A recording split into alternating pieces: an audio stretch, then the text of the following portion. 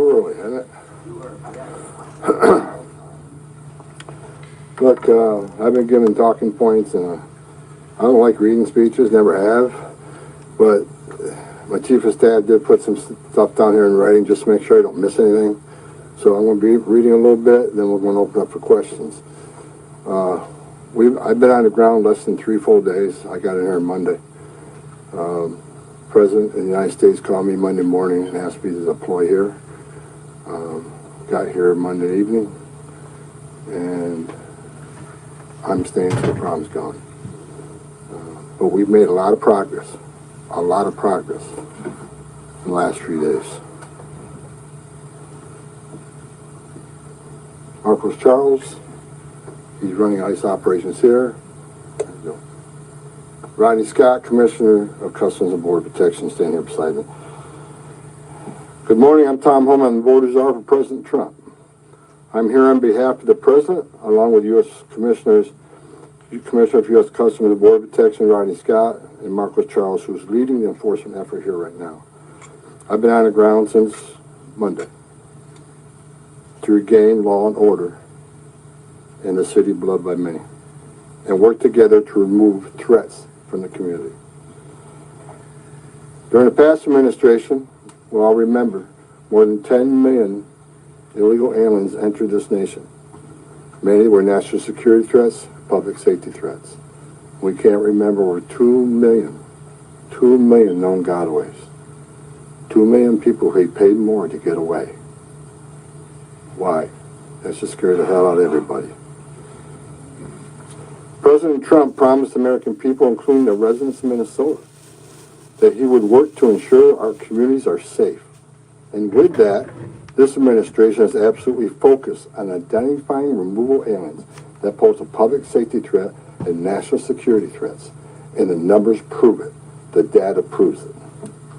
In the past few days, I've met with Governor Walz, Attorney General Ellison, Mayor Frey, numerous police chiefs and sheriffs, and I have more to meet.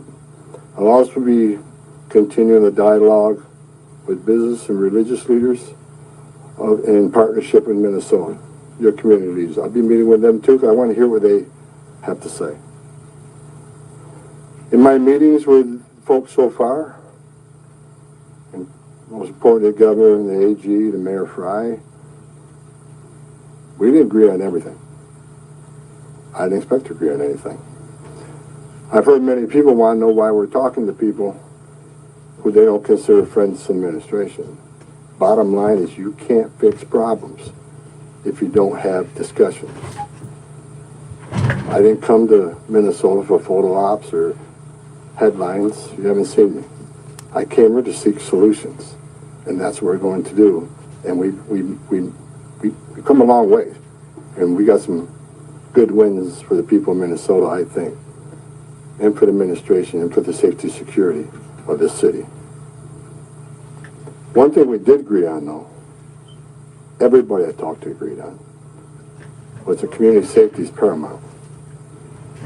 One thing we all agreed on was U.S. Immigration Customs Enforcement is a legitimate law enforcement agency that has a duty to enforce the laws enacted by Congress and keep this community safe.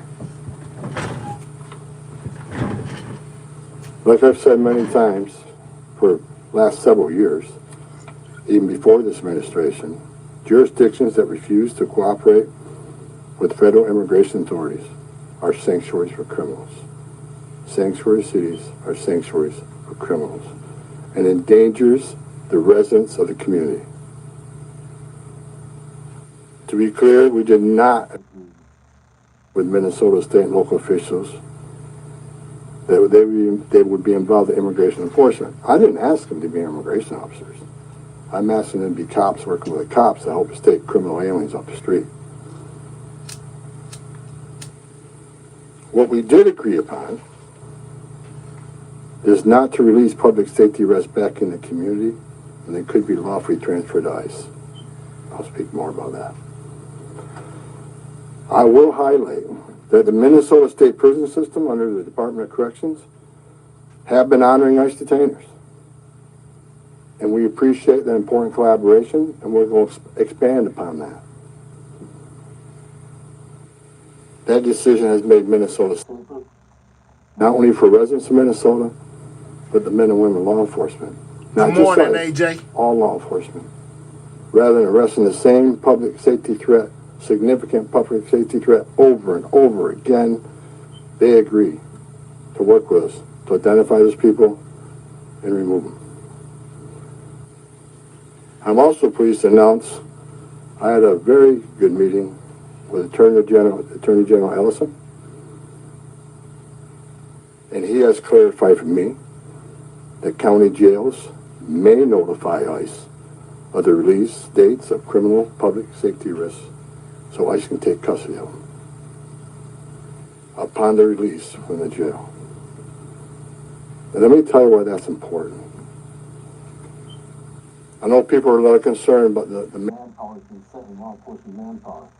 Look, I've said this many times before. I've said it for the last several years. Give us access to the illegal alien public safety threat and the safety and security of a jail. It's common sense. It's safer for the community, it's safer for the agent, and it's safer for the alien. Because anything can happen on a street arrest. It just makes common sense. And for the people that argue, well, we're a welcoming community because we want victims and witnesses of crime that are here illegally to feel safe to come to police without fear they're working with ICE, we're not going to talk to the victim and witness of crime. There's no problem there. They should feel safe to come to police and ask for help. All we want is to talk to the person that local and state law enforcement authorities locked in a jail cell. They chose to lock this person up. That's who we want to talk to, the public safety threat. So the argument is that protects victim witnesses of crime, but it's a bunch of crap. Victims and witnesses of crime don't want the bad guy back in their neighborhood either. So great progress with the Attorney General and local sheriffs. And one thing, when we have these agreements, it takes less law enforcement agents to do the job. One agent can arrest one bad guy in the safety and security of a jail where he's behind the wire. We know we don't have weapons. But when you normally release that public safety threat, illegal alien back in the community, we have a job to do. We're going to arrest him. So we're going to find him. And what happens is now we got to arrest somebody on his turf. We have access to who knows what weapons. Now we got to send a whole team out. Cover the back door, cover the front door, officer safety reasons.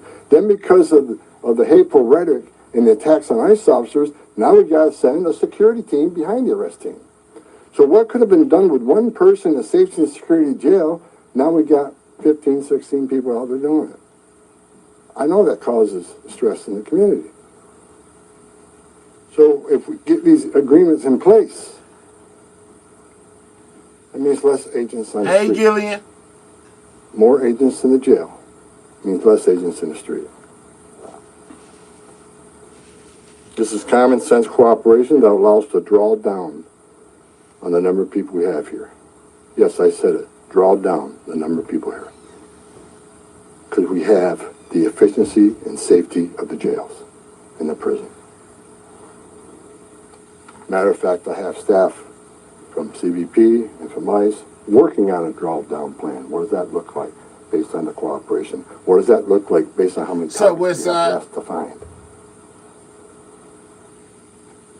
In my meetings with Governor Walz, A.G. Ellison, and Mayor Frey, as well as state and local law enforcement, again, I appreciate they all acknowledge that we do have federal immigration laws in this country that have been passed by Congress, and that ICE is in fact a legitimate law enforcement agency charged with enforcing those laws.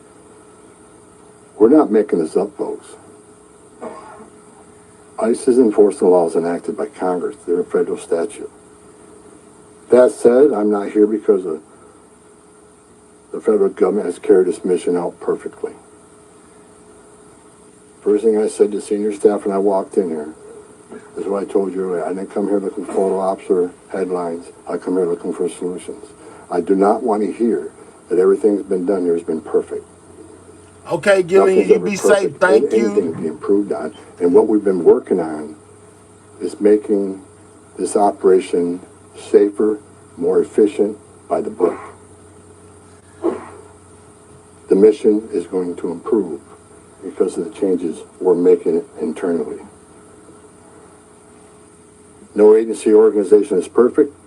President Trump and I, along with others in the administration, have recognized that certain improvements could and should be made. That's exactly what I'm doing here. As such, in meetings I've had with federal law enforcement managers, including ICE and CBP and other federal partners, as well as state and local officials, I have conveyed the President's expectations with regard to federal immigration enforcement efforts. We will conduct targeted enforcement operations. Targeted. What we've done for decades. When we hit the streets, we know exactly who we're looking for. Good idea where we may find them. You have a criminal history. You have their immigration history.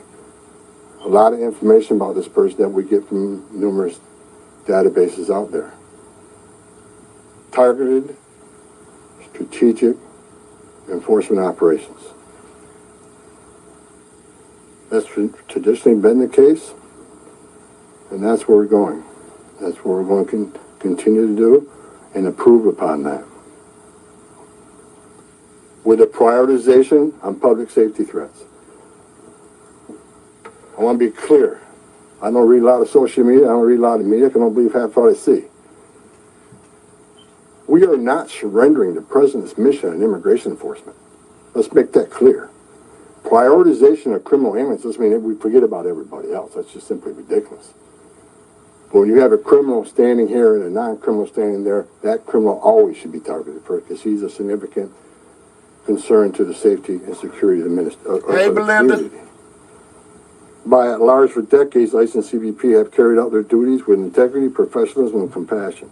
That remains the expectation under President Trump, and I will, hold our agents and officers to that standard. I'm almost done, and Tom can be Tom. As far as the agitators, that said, I want to reiterate and make very clear.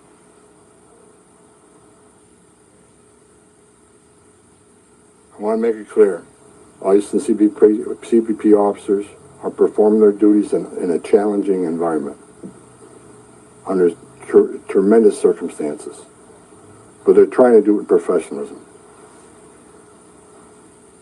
If they don't, they'll be dealt with. Like any other federal agency, we have standards of conduct.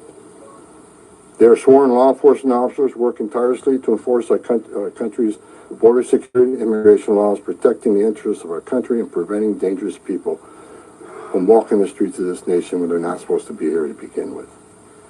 Men and women of ICE, I was a Border Patrol agent. I was an ICE agent. I was the first ICE director that came up through the ranks. I spent over 40 years doing this. These men and women that carry that badge and gun are American patriots.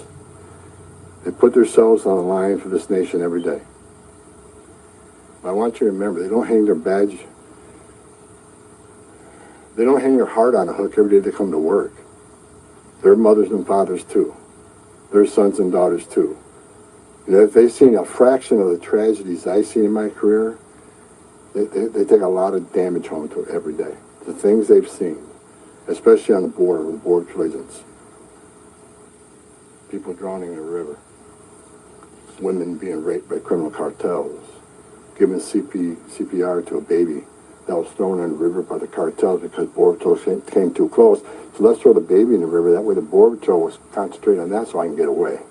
These men and women see some terrible things. But I want you to remember, they're mothers and fathers too. Many of them are members of this community. God bless every one of them.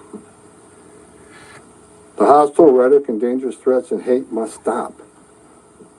And we all agreed to that. All everybody met here to tell you, we got to stop the rhetoric, the hateful rhetoric that has caused an increase in assaults. That has caused, because of that, have to send security teams out with arrest teams, which surge the city with additional resources because of the rhetoric, because of the threats, because of the assaults.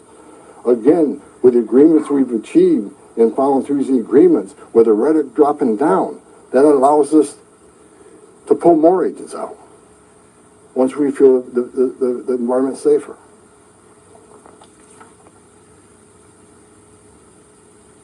I begged for the last 2 months on TV for the rhetoric to stop. I said in March, if the rhetoric didn't stop, there's going to be bloodshed. And there has been. I wish I wasn't right. I don't want to see anybody die. Not officers, not members of the community, and not the targets of our operations.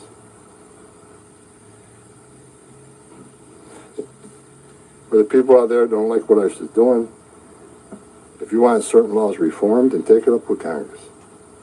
Again, ICE is making this up. They're enforcing laws enacted by Congress and signed by the President. The same laws have been on the books for the last 6 presidents I worked for. I started with President Reagan and ending with President Trump. Every administration, we enforce the same laws. If you don't like what ICE is doing, instead of protesting this building, go protest Congress. Tell me what changes.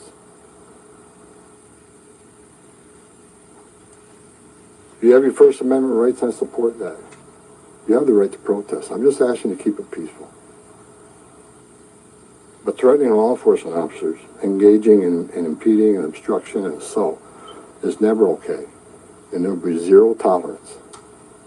You interfere, impede, assault ICE officers, you will be arrested.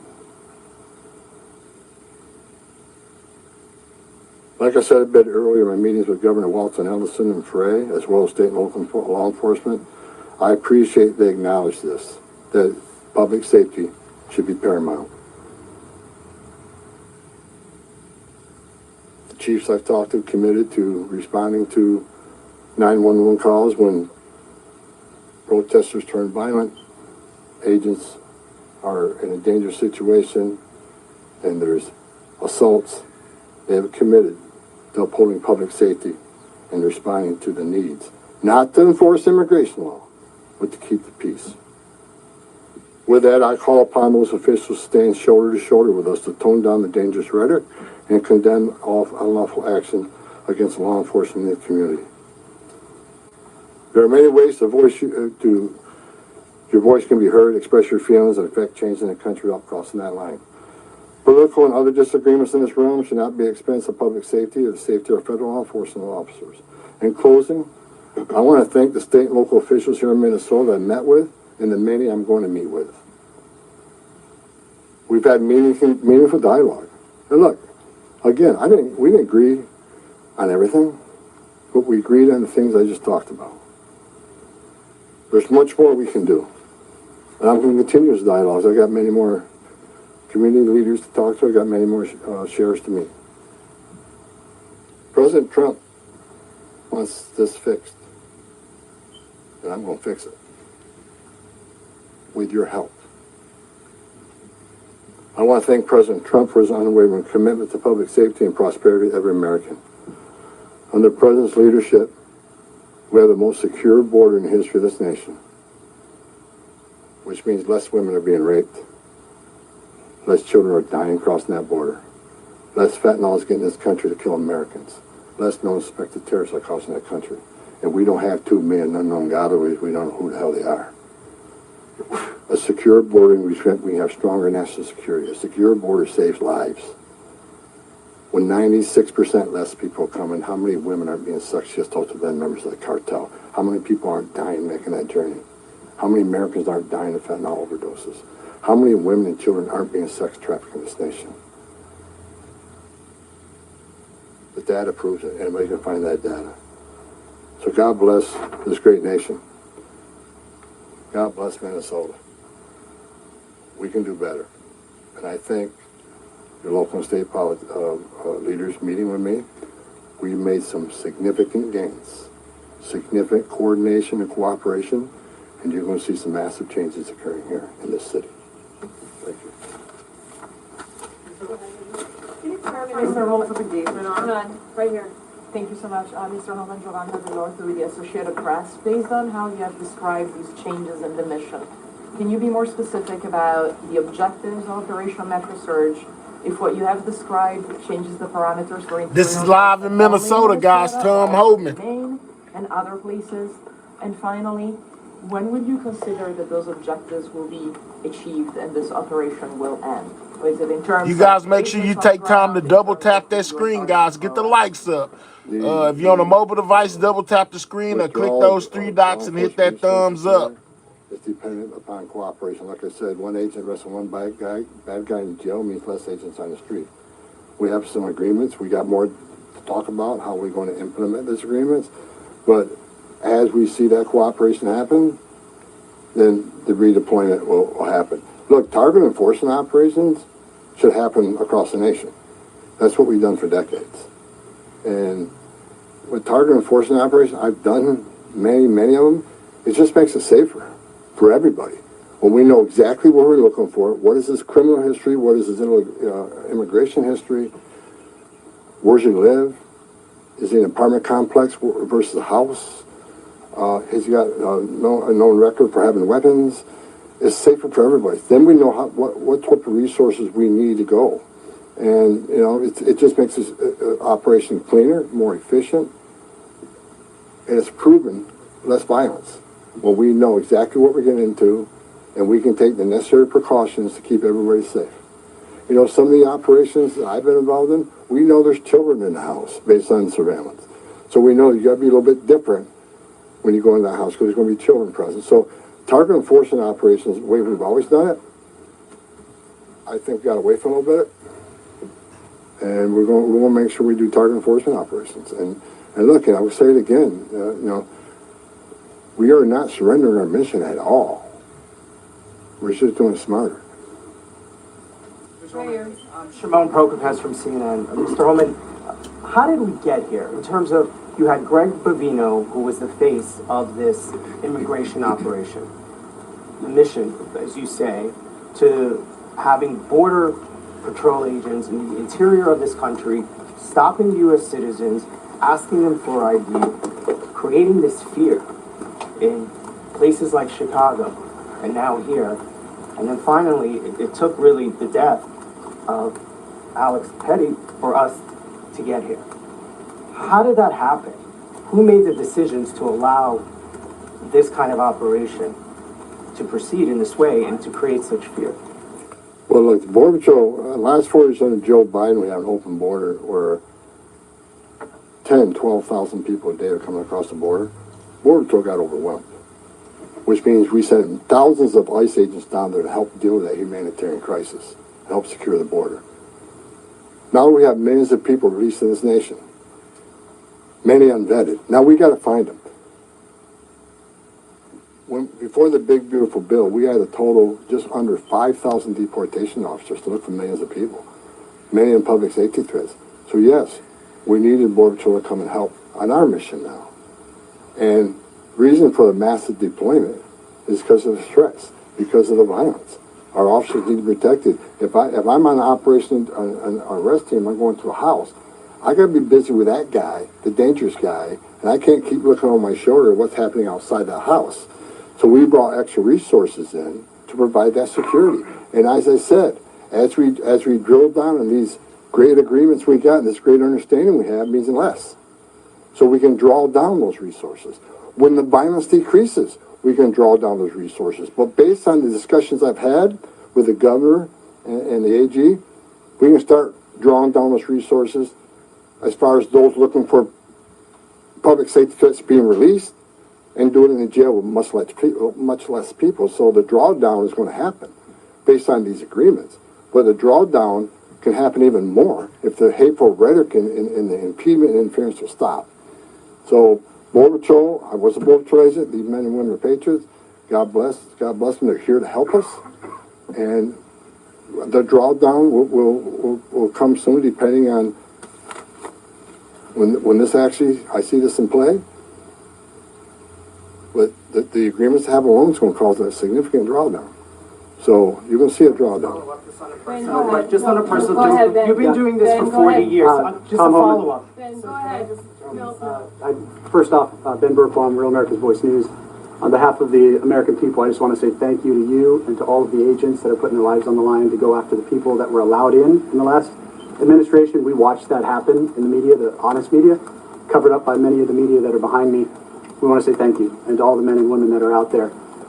Can you talk to us about what's being done with the leadership on these signal chats, on these WhatsApp chats that are organizing the attacks against you, the obstruction against you? Are we going to be arresting those individuals as well? And to the folks out there in America that voted for this, that want mass deportations because they saw a mass invasion under Joe Biden, what would you say to them? How are we going to get to that point? Well, first of all, about the organization and the funding of the attacks on ICE. I'm not going to answer a lot about that because I'm not going to show our hand, but they'll be held accountable. Justice is coming. Again, we got to all remember why the questions we've seen and why we're here. What started this? 4 years of an open border, where millions of people are in this country unvetted. Remember, let's not forget, for 4 years, we were told the border secure.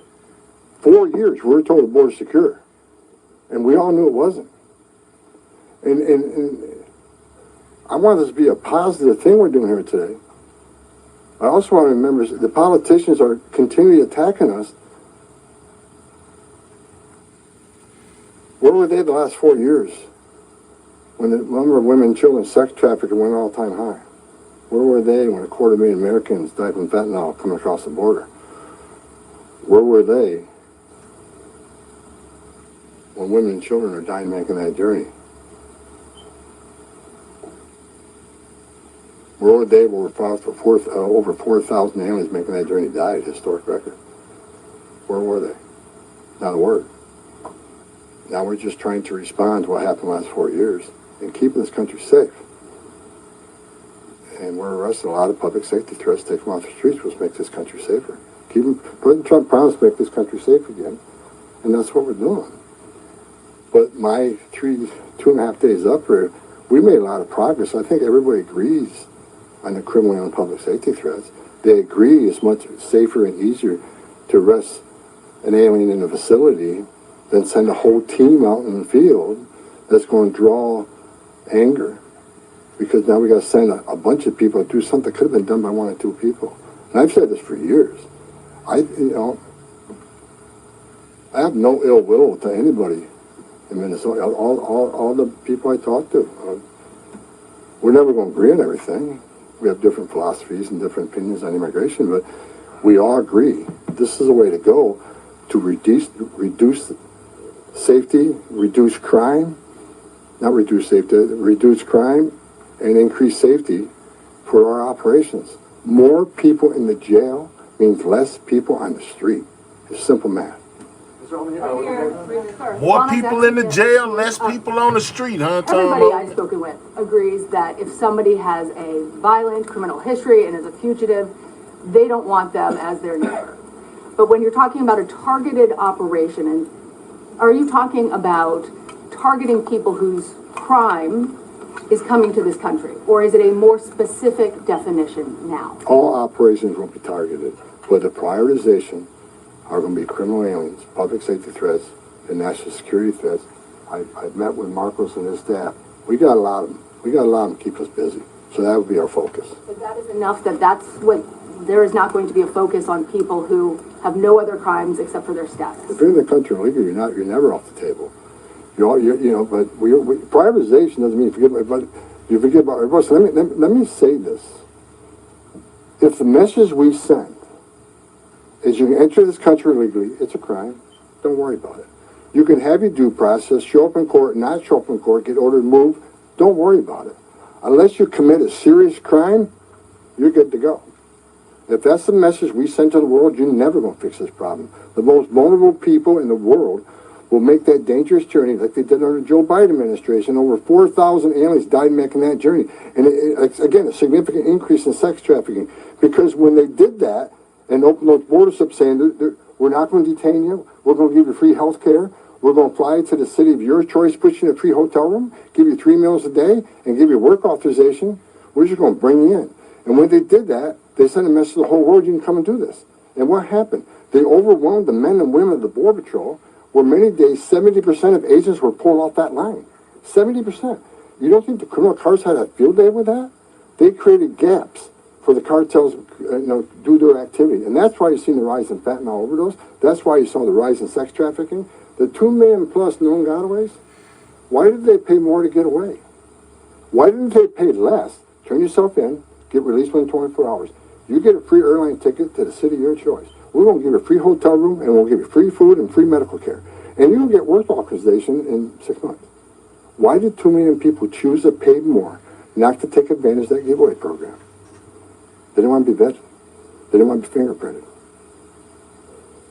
That scares the hell out of me. And it does still. The Trump administration with ICE and Secretary Noem and Marco Rubio and the intelligence community, Tulsi Gabbard, we're all working together to try to identify who these people are. And we've already found many of them. But it's hard work to do. But there are national security threats walking this nation because of the last administration. And they are one of our main priorities, too. Thank you. Can you please be specific about how many ICE and how many Border Patrol agents are currently operating in the state? I think we're there 3,000. There's been some rotations. Another thing I witnessed when I came here, I'll share this with you. I've met with a lot of people, a lot of the agents. They've been in theater. Some of these people have been in theater for 8 months. So there's going to be rotations of personnel. Hopefully less now that we have some agreements. Maybe we can make it more efficient and safe. But they've been in theater a long time. And so, there's rotations happen all the time to get people out of here and go home, get some rest and see their families.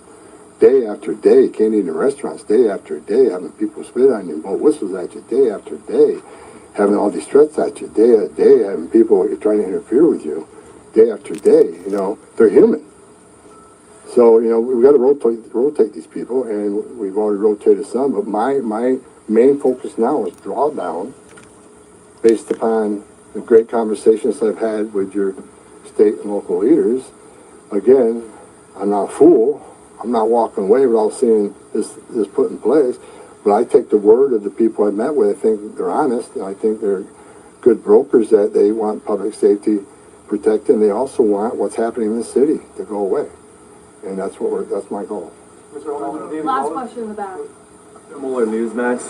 The new video of Alex Preddy is now circulating. Your reaction to that, and do you think law enforcement could have played a role if, let's say, Minneapolis police were able to respond to that?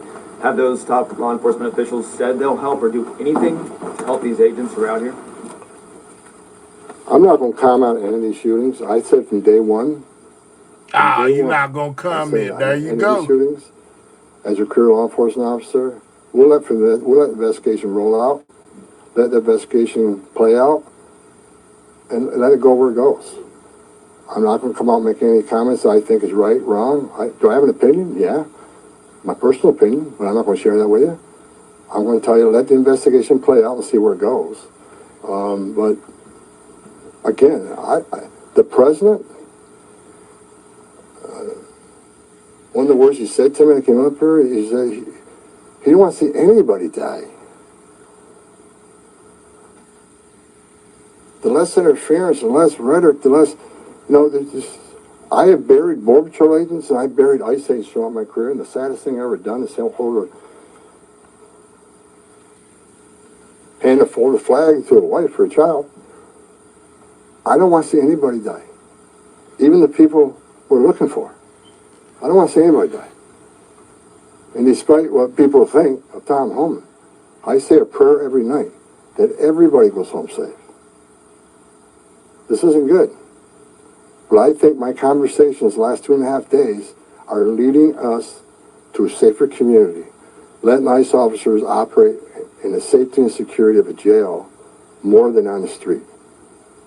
I think anybody here with common sense would say it's safer to arrest a public safety threat in the safety and security of a jail. And let me tell you, what is that going to result in? Less collateral arrests.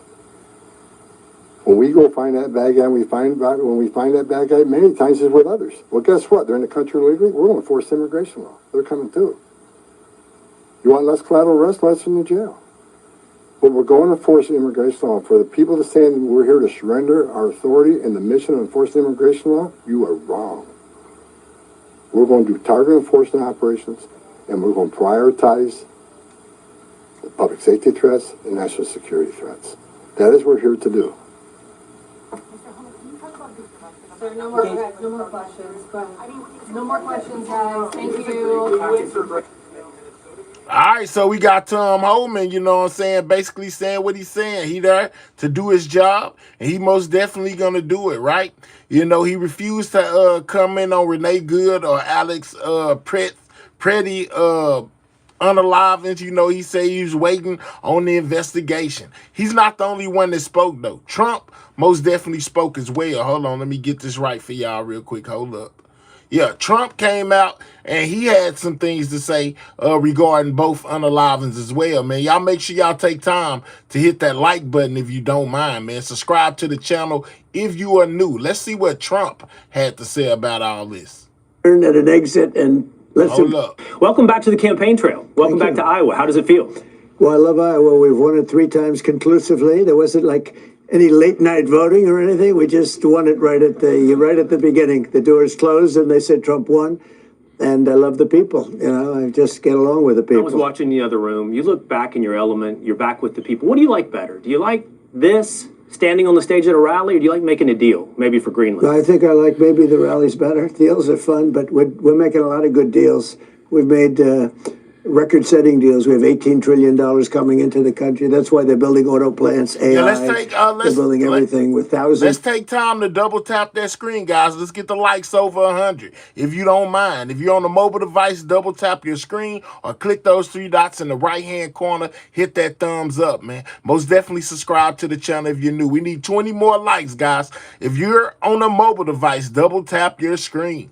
Of businesses are being built all over the country, and you're going to have a beautiful, very positive explosion sometime during the year when these things start opening up. But there's never been no country has done what we've done.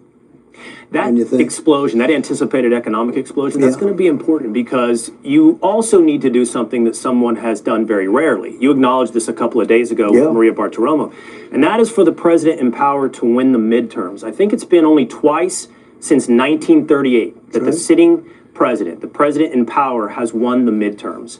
Are you concerned? Well, nobody can explain why. You know, even when we've had an amazing year, there's been a record-setting year in every way, and nobody can explain. Even presidents, whether it's Republican or Democrat, when they win, it doesn't make any difference. They seem to lose the midterm. So that's the only thing I worry about. I said, why? There's some psychological factor out there. What do you think that is? But I think it's like 2 in more than 50 years. Well, I don't know. Maybe they want to put up a guard fence. Maybe you just don't know. It doesn't make sense. Even if a president did well, they seem to lose the midterms. But hopefully we're going to change that around. We're doing great. We have the best polling numbers we've ever had. We have the best numbers in the country, lowest crime numbers in the history of our country. You know, Minnesota's in the news a lot, but what they don't say is that Minnesota has low numbers because of the fact that we took thousands of hardened criminals out of Minnesota. So they had good crime numbers, believe it or not.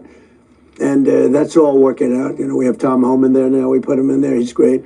And they met with the governor. You hear him say Tom Homan down there. We're going to de-escalate a little bit. But I will tell you, you look at the numbers, they're doing better than they've done in many years because we took thousands of criminals out of Minnesota.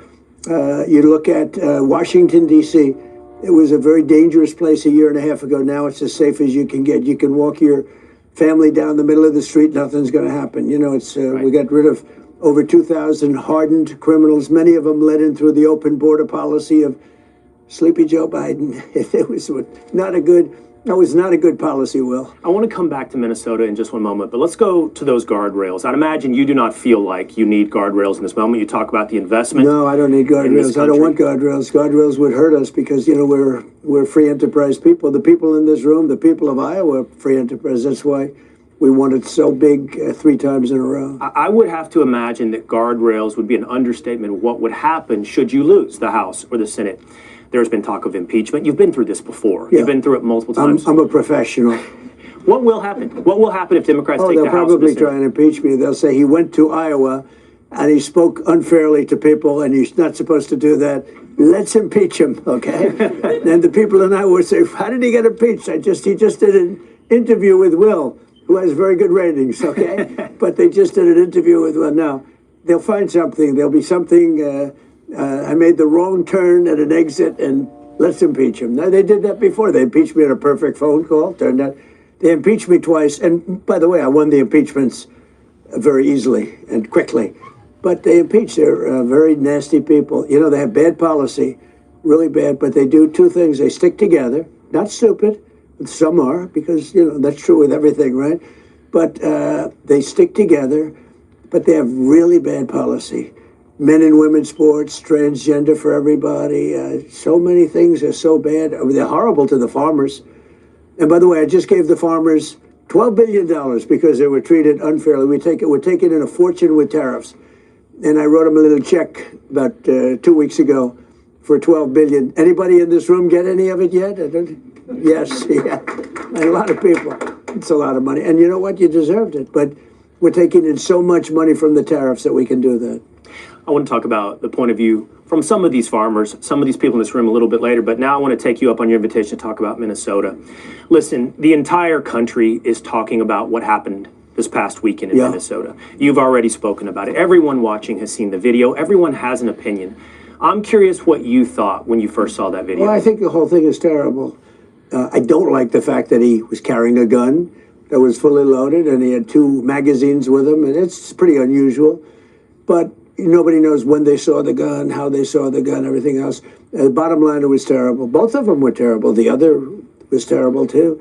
And I'm not sure about his parents, but I know her parents were big Trump fans. Makes me feel bad anyway. But, I mean, I guess you could say even worse. They were tremendous Trump people, Trump fans. And, you know, the daughter was, she was, I don't know if you could say radicalized, maybe not. I don't know. But I hate to see it. I hate to see that.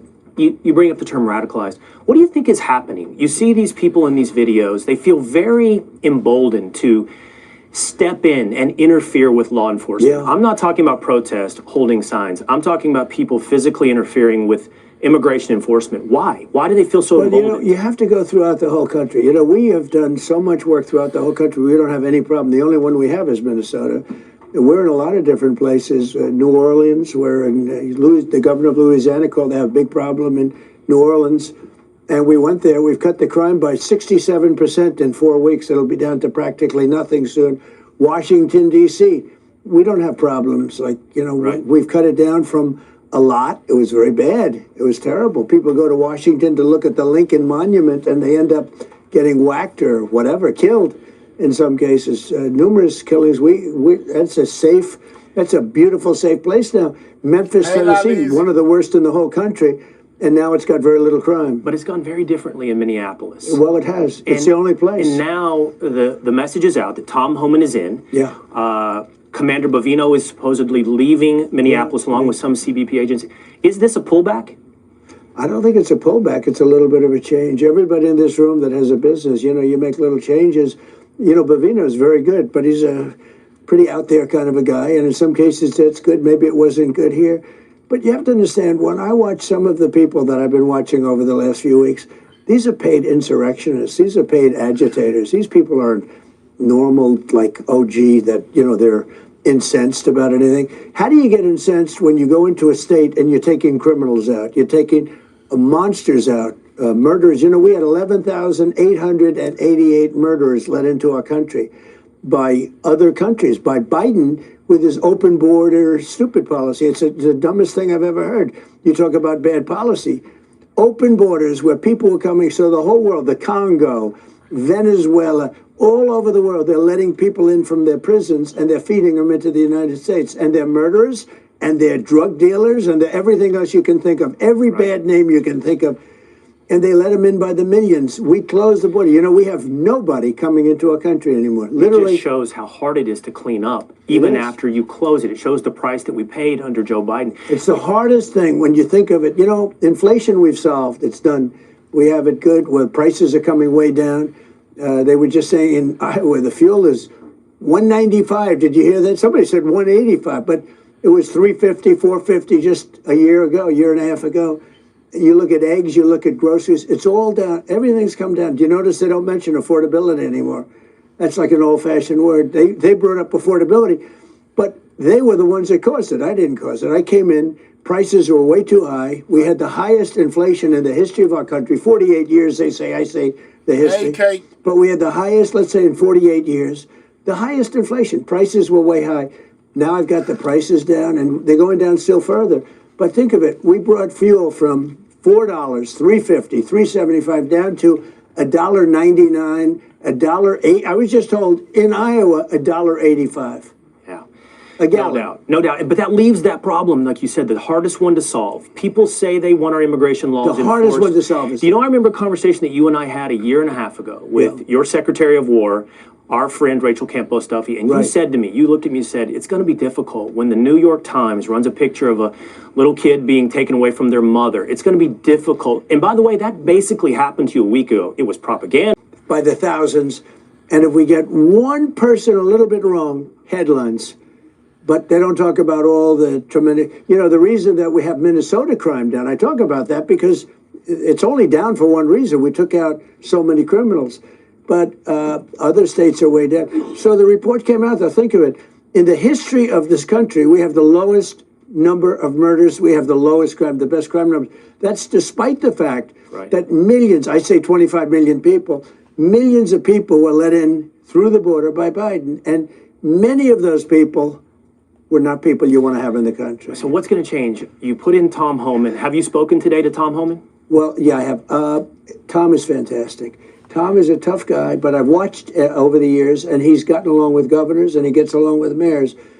Some people don't. Some people just want to do their job and leave me alone. And that's sort of okay, too. That's generally been okay. Most of them are happy. Memphis, Tennessee, very tough, very straightforward. We're taking the criminal out. We're getting them out, either putting them in jail, because some are so bad that you don't want to send them to where they came from, because you're afraid they're going to come back. They're murderers.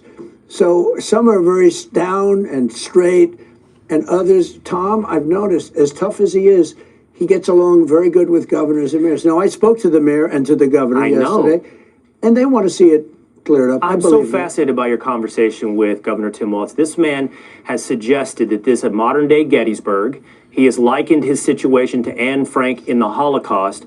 He has said that ICE is your Gestapo army. And then you guys speak on the phone. I'm fascinated by that conversation. It couldn't have been a nicer conversation. And in fact, I said to my people, I said, it's hard to believe that's the same guy I watch on television, or I watch in a debate not doing so well, or because we had a very reasonable conversation, very good conversation. If you believe the conversation, he'd like to get this thing over with. But think of it, in the whole country, we've done this so much. We have the crime down to a level that nobody ever, I campaigned a little bit on crime, a lot on the border. The problem is I gave you the best border in the history of our country. Nobody wants to talk about it anymore. I did it a long time ago. I was able to do it within 3 months of taking office. I had that border locked and closed. And, nobody even tries to come up anymore. It's easy now. Nobody even tries to come up. Before they were coming up by the millions. But nobody wants to talk about that. They only want to talk about whatever the last thing is. But we're taking out thousands and thousands of criminals. Well, y'all believe in what Trump is saying? Let me know in the comments. Because again, inflation, I can solve. All this stuff, the hardest thing to solve is when you have people brought into the country and you have to take those people. We have a very unfriendly court system, frankly, especially at the lower levels. Take those people and you have to say, I'm sorry, but you're going out. And in many cases, they're murderers. And, they shoot you. They kill you. You've seen that, where they kill you. You have to murder. Sir, you're going to have to come with me. And they end up shooting you. Let's go. It's a very tough job that they have. I know you addressed it this morning. You talked about the incredible success, and it is an incredible success at the southern border. But you were asked, with the shift in Minneapolis and Tom Homan going to Minnesota, do you still have confidence in DHS Secretary Kristi Noem? You brought up the success at the border. Look, you do. She was there with the border. Who closed up the border? She did, with Tom Homan, with the whole group. I mean, they closed up the border. The border is a tremendous success, one of the most secure borders in the entire world. We were a laughing stock 1.5 years ago for the whole world. The whole world laughed at us. I had friends that said, "Is that real?" You know, they'd look at a picture. You've been down to the border. They'd look at a picture of the border with hundreds of thousands of people pouring in like it was water, and they said, "Is that really taken?" They can't believe it. They think it's one of these crazy movies that they make.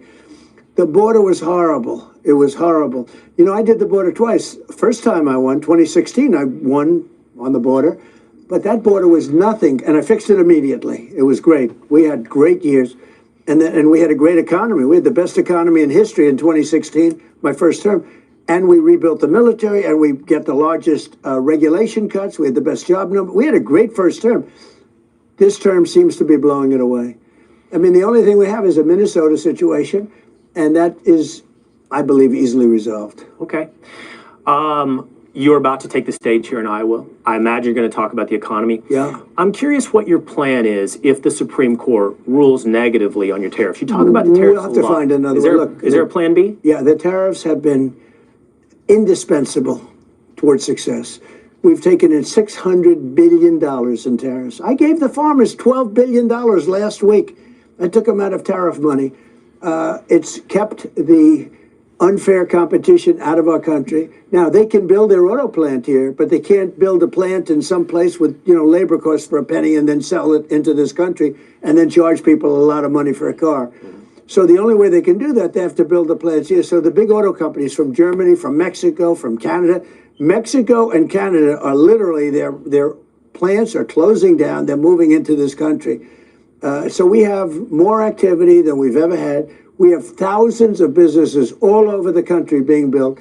We have hundreds of big major factories between AI, autos, and many other things. Thank you, Mr. We've President. never And had you use thing them as a like tool this. for world peace. For world peace, yeah. We have to use it for world peace. But what happens if the Supreme Court strikes down the tariffs? We will find something, some other way of doing a similar thing. You know, But it'll be more inconvenient. It I won't was be just as speaking to easy. some of the diners here today. David Ullman, he's lived in Iowa for a long time. He's in agriculture. He does express concern about the tariffs and the effect it's had on farmers in Iowa. Well, it's going to be just don't forget, they just kicked in. And it's going to, and we've taken in hundreds of billions of dollars. And we've kept a lot of people out that want to come in and rip off for years, it was the reverse. China would charge us tariffs. Other countries would charge us tariffs. I've totally reversed it. Japan gave us $550 billion. South Korea is supposed to give us $350 billion. But what happens is they're coming in, they're building plants, they don't have to pay tariffs. If they don't do that, so what's happening is we're getting a tremendous amount of business coming to this country, and they're coming in fast and sharp. I think the farmers are going to be the biggest beneficiary because when you used to have people coming in and dumping their crops into the United States, and you guys were hurt, they're not allowed to do that because we're tariffing. Just a couple more I questions. think the farmers, in a way, and it's going to take a little while to kick in, and the farmers stuck with me the first time, and I was right with China when China did a little bit of a number. We gave you 28 billion then because it was a help because they were taken advantage of for years. We gave them 28. Now we gave them 12, sort of a minimal payment, $12 billion for the farmers. Nobody else would be able to do that. Nobody else would even think of doing that. But the tariffs are going to be phenomenal for the farmers, but they just kicked in. I just see some nods here as you're talking. A lot of nodding. A couple of Thank you. You say a lot of questions. nods. He ain't even looking. Mr. President, one serious one. This whole Minnesota thing, it started because of a focus on fraud. It started because of illegal immigration and welfare fraud. The question is, will there be accountability in Minnesota and beyond? There's got to be. Well, other states, California. Minnesota is one state. If you look at California, so in Minnesota they think it's $19 billion. If they think it's $19 billion, triple it or quadruple it. And if we catch a lot of this fraud, and I felt it for a long time, but now we know what's happening. And the answer is, yeah, there will be accountability. It's one of the little problems. You know, I happen to think, and I've said it from the beginning, that a lot of what's going on with respect to Minneapolis, you know, with what's happening with all the hoopla, is so people don't talk about. You think the it's a fraud. distraction? I've said it from day one. It's a distraction because what you don't see is that we have hundreds of accountants from Todd and from all of the different people. We have hundreds of accountants going over everything that's happening, and we're finding fraud on top of fraud on top of fraud. And I think that they don't want that to happen. You're talking about 19 billion. Probably that's a minimal number. Now, you take that and you go to California, you think California is better? I would say California is worse. It's totally out of control. They don't know what they're doing out there. The governor is, I actually thought he was a pretty nice guy, but he has no clue what he's doing. Look at a railroad. He builds a railroad. It's like 20 times more expensive than it was supposed to be. And what they did to get down the cost, they made it shorter so it doesn't go to San Francisco. You saw what he said, right? He's claiming victory in Minnesota, by the way. He has posted that you have retreated in Minnesota, Governor Gavin Newsom, and he is encouraging people to keep the pressure up. See, I haven't heard that at all because it's just the opposite. I was called by the governor yesterday. I was called by the mayor yesterday. How do we do something? Please, how do we do something? I think it's bad for them. I don't think it's bad for us. I think it's bad for them. Yeah, you'll have to see what Governor But it's not Newsom a question of posted. retreat. We want safe cities. Whether it's if we, we took a lot of the crime out of there. We want safe cities and states. We want a safe country. And again, we just got a report done by Democrats that the country is the safest ever recorded right now. Right, along with a secure border. I'm just looking around. Who's here today? There's a lot of people. But one guy who is not here is your Secretary of State, and I'm afraid he made a very big mistake. He gave an interview where he said that one of his tricks with you is on Air Force One. Marco Rubio goes into a room and covers himself up with blankets so that you won't see him sleeping, that you'll think it's a staffer. And so I think there's only one of two ways you go with this. You give him yet another job, Yeah. or We'll give you him pull the another one. blankets back. That's what he wants. Let me tell you, he's doing a fantastic job. He's a tough cookie. I can tell you that he's a tough cookie. He's going to go down as the best Secretary of State we've ever had. You see what we're doing. Just today we solved a tremendous problem in conjunction with Syria. Saved many lives. I mean, we're saving a lot of lives all over the world. Ended 8 wars. I'm very proud of that because it's not tough for me. We're trying to end one more, by the way, Russia, Ukraine. And I think we're going to get that done too. But we ended 8 wars and saved tens of millions of lives, and I'm happy about that. You should be proud. Thank you. I know you're a big sports fan, so we'll end here. We now have the Super Bowl set. New England Patriots, Seattle Seahawks. Now, usually when someone asks you these questions, you answer with, which of these two teams have a greater affiliation and fandom of President Donald Trump? That's true. In those So cases, I'm curious, have you already done the well, I analysis? tell you what, no, but and who's going to win the Super Bowl? Bob Kraft is a friend of mine, and I've watched that team. You got to hand it to him. He had the great team, and now he's got the great team again. They made a fantastic draft pick. The quarterback is great. But it's going to be I think it's going to be a tremendous game. I hope it's going to be a tremendous game. Yeah. Mr. President, I know you got to take the stage. I really appreciate all the time you've given us and joining us live. We called a lot of audibles right here at the last moment. We really appreciate you joining Well, us. you've done a tremendous job, and you've really been very fair to me. I don't even say nice. I just want to be fair, and you've been fair, and you've also been nice. And so it was an honor to do it. When I heard it was you, I said, let's do it. My goal is to tell the truth, Mr. President. Thank you very much. Thank you so much. Thank you, Will, very much. Thank you. All right. So we heard from Trump on gas prices, the economy, and he basically spoke on Renee Good and Alex Petty. And he was like, man, I really hate to see anybody lose their life. It's a very sad situation. It's a crazy thing going on, in Minnesota, guys. All right, so, the whole world's talking about it. Let's go here. Basically, do I want to start with the witness? Let's go here to an eyewitness. This is an eyewitness to what happened in Minnesota, guys, to Petty, guys. This is from a person who was there and the way that they feel about what they saw. Seeing, like, what? And I knew he was gone because I watched it. And then they come over to try to perform some type of medical aid by ripping his clothes open with scissors and then maneuvering his body around like a rag doll, only to discover that it could be because they wanted to count the bullet wounds to see how many they got, like he's a deer. I watched that, and that is what it felt like they were doing, and that is part of why I was like, what are you guys doing? Why would you jostle his body around like that? You're not even doing anything to help him. But I knew he was gone. Well, for days she's been called the woman in the pink coat, and she captured the crucial video showing exactly what happened when Alex Petty was shot and killed by DHS officers. She had not come forward until today. and her name, which is being revealed for the first time, is Stella Carlson. She's a children's entertainer. She runs a children's entertainment company. She's a face and body painter and an airbrush artist. All of it a world away from anything she or anyone could possibly imagine. This is so sad, guys. I knew he was gone. There was no way with the way his body was moving, and I only knew that because of the way they were manipulating his dead body, just playing with it. Like they're in a video game. They were looking at us and laughing. After the shoot? Yes. I mean, the reason of escalation was due to the mockery. We understand why the MPD is unable to intervene on a level we would like. But you would like to think that their kindness, compassion, looking us in the eyes would occur in these moments when we're being attacked in the streets. And the MPD just felt like they were part of that team at that moment. And maybe that I'm not talking about the whole Were department, Minneapolis Police Department people on the scene? Once the yellow tape was up, there were MPD officers who were standing in line, 5 of them, I think, and they wouldn't look at us. Everyone just kept saying, just look at us. You're our representatives. You work for us. Why won't you look at us? Like a part of our community just was murdered in the street. Like, you're our Minneapolis Police Department. Why won't you even just look at us to give us solidarity? You know, when we walk around with the whistles around our neck, it's not that we have, like, we know we can't do much.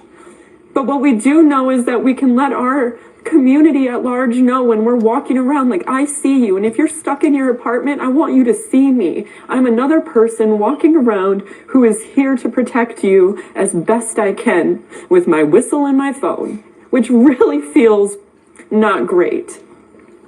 And yet, you stood there with a phone and you documented this. You didn't run away. I am not one to run when I'm afraid. I just, no way was I going to leave Alex by himself, undocumented. Like, that wasn't an option. I mean, obviously somebody was just executed in the street. I knew I was in danger. We all were, but I wasn't going to leave if we weren't all cleared out. And if it wasn't for the collective actions over the past 3 weeks, I don't know if I would have been able to stay that long. But I knew that this was a moment and we all have to be brave and we all have to take risks and we're all going to be given moments to make that decision. And I guess in my default mind of crisis there, that's where mine fell. And I'm grateful to myself and I'm grateful to anybody who was supportive to me after to make sure I could get to safety and get that video uploaded to the right people. The federal government says that they are investigating what happened. Have you been contacted by anyone from the federal government? FBI? No, I have Border not. Patrol, Homeland Security. I do have a legal team now who are fielding much of that, and I am no longer accessible in those ways. I talked to your attorney this morning. She said she had not received any outreach from the FBI or anybody from the federal government. I do not think they have my name yet. Obviously, they will. You've given testimony to state investigators. Yes. Do you have confidence in a federal investigation? No. No, I do not. I have faith in various representatives throughout our country who are trying to do the right thing and make sure that justice is served. I have faith in our local government in Minnesota. I think they are wanting to make sure to protect us and investigate it thoroughly, but they are trying to block that from happening. They wouldn't even let the investigative team come to the crime scene. I mean, their goal is to protect themselves and to spin stories. It's incredible to me, though, that 4 days after this shooting, you have not been contacted by anybody from the FBI or the federal government. What does that tell you? That they're protecting themselves and they don't care about the truth of what happened. They're looking for their way to create the truth that protects them. And allows them to move forward with whatever it is, which we all have various ideas of what that looks like, but whatever it is. She said they're protecting themselves. They don't care about the truth. Oh, wow, man. Make sure you guys are taking time to double tap that screen if you're on a mobile device, or click those 3 dots, hit the thumbs up, man. It helps out the channel. I would greatly appreciate it if everybody viewing double taps that screen. That's how you hit the like button, guys. As this eyewitness to what happened to Alex Pretty tells her story, guys. It is that their long game is in creating this violence in our streets. This is not, these are people from all over the country who have not been trained to intervene, kick down doors, break away families, leave children stranded in the street without their parents, having communities throughout Minnesota trying to come together to figure out who can foster all of these children who have been abandoned in apartments that have been kicked down with now no family around. I mean, how can you justify that? There's enough evidence for what they've been doing before it ever came to murder. To you, this is murder. Yes, I know it is. It was an assassination in full view in the middle of the streets of somebody who has served our country and continues to at the Veterans Hospital. Like, nobody should have to worry about being assassinated in their streets, especially in America, which nowhere it should be that way. I think people are feeling like there's nobody here to help us. There's nobody who can step in to protect us. And I think people are at a loss and shooken. Like, what do we do? What can we do? What is in our constitutional rights that don't seem to matter? The Constitution doesn't seem to matter. There's many people who have died. But we don't know what that looks like. You know, people from being detained and having a medical crisis without intervention. I've heard of many stories where people are sick and they don't have their medications. Like, all of those human rights violations, those stories aren't being told yet. So this is only the beginning of a very long road. When this does end, we're all ready to move forward with productive ways to make this better. But how do we do that when our local officials in the state of Minnesota also have their hands tied? So it broke down to, then it's us. We only have each other. Nobody's here for us. Nobody's going to help us right now because their hands are tied. So this is what we can do. I can document in case somebody gets detained, which is what I was filming, right? In case someone gets detained. Did I think I was going to be filming a murder? No. An assassination? No. Do you worry about you becoming a target because you've spoken out? Yes, absolutely. Yes. But yeah, I hope that me coming forward and doing this allows others to do it with me. I think there's safety in more of us taking those risks. But I understand we cannot all do that. This is just, you know, one more moment to tell the truth, one more moment I'm just here to represent all the work we're doing, and I'm here to represent the truth. I'm not here to represent me, I'm here to represent we. I care about my community, I care about my state and my country. And this is one small thing I can do.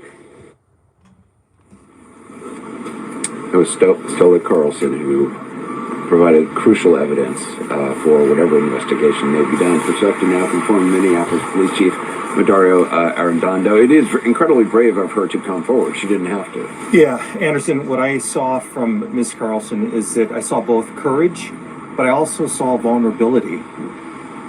One of the things that stood out to me as well is it was almost this appeal to leaders that we just want the truth. The people just want the truth. As tough, as difficult as it may be, she's saying, have the moral courage. It may not be pretty, but tell us the truth. What's so stunning is, I mean, first of all, had she not videotaped this and had the bravery to stand there 5 to 10 feet away from this, and the others also, there were multiple people from different angles, the lies would stand. I mean, and who knows how many other lies have been told when there's not cameras visible. Yeah, and unfortunately, there's been situations throughout the country where these engagements, these interactions with police have not been captured on video. And so communities left to see what they know is the truth against another narrative. And so, again, courage, vulnerability, but bravery. And And you can sense that. Do you think the arrival of Tom Homan is going to make much of a difference in terms of actually what's happening on the ground? The tactics. Nope, he's gonna make it worse. The individuals who were roaming the streets masked. Yeah, I think people are going to be expecting a change. They're going to be expecting a change in the tactics. Borders are home and being here. That's something different. But Anderson, if the people do not see a change in the tactics, none of it's going to matter. So they're going to expect change. Yeah, and I don't think they're gonna get changed. All right, so let's go to more on Alex Pretty, guys. I'm talking about this story is everywhere, man. A lot of people feel like it was wrong, and then you got a lot of people that feel like ICE, basically was just doing their job, guys. Let me know what exactly you think about this entire situation, man. Check this out. I'm going to be cataloged. Chris Cuomo here. Welcome to News Nation. Take care, my friend. I want to start tonight with breaking news coming out of Minneapolis, okay? What's being described in the aftermath of this Trump phone call with Minnesota Governor Tim Walz. Okay, and then there was another call with the Minneapolis mayor who you saw here, Jacob Fry, saying, hey, we're looking to reach out, and then Vance didn't meet. Well, now he's going to meet with Tom Homan. So what does this mean about what's going to change on the ground?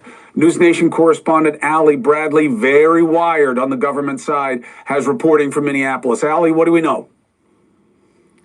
Yeah, hey, Chris. So we were told by nearly a dozen sources that Commander-at-Large Gregory Bovino's teams are leaving as early as tomorrow. And then they were actually told to stay in what appeared to be an about-face by DHS. But now it is confirmed that some federal agents are, in fact, leaving the city. And that includes Commander Bovino. But sources confirmed to me tonight that Bovino has been relieved as Commander-at-Large, and he'll be going back to the El Centro sector where he was previously chief.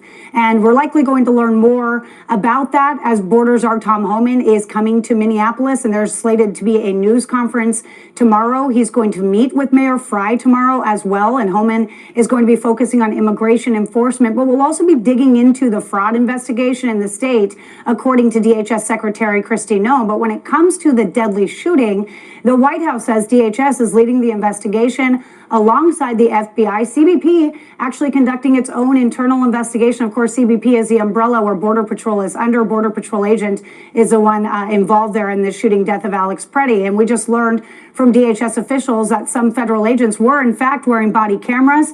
And there is camera footage from multiple angles of Saturday's incident, which the investigators are currently reviewing. So multiple immigration agents also telling me, Chris, that they are frustrated with the official DHS narrative around that shooting. Some say overall that the political rhetoric is also making their job harder and their families less safe.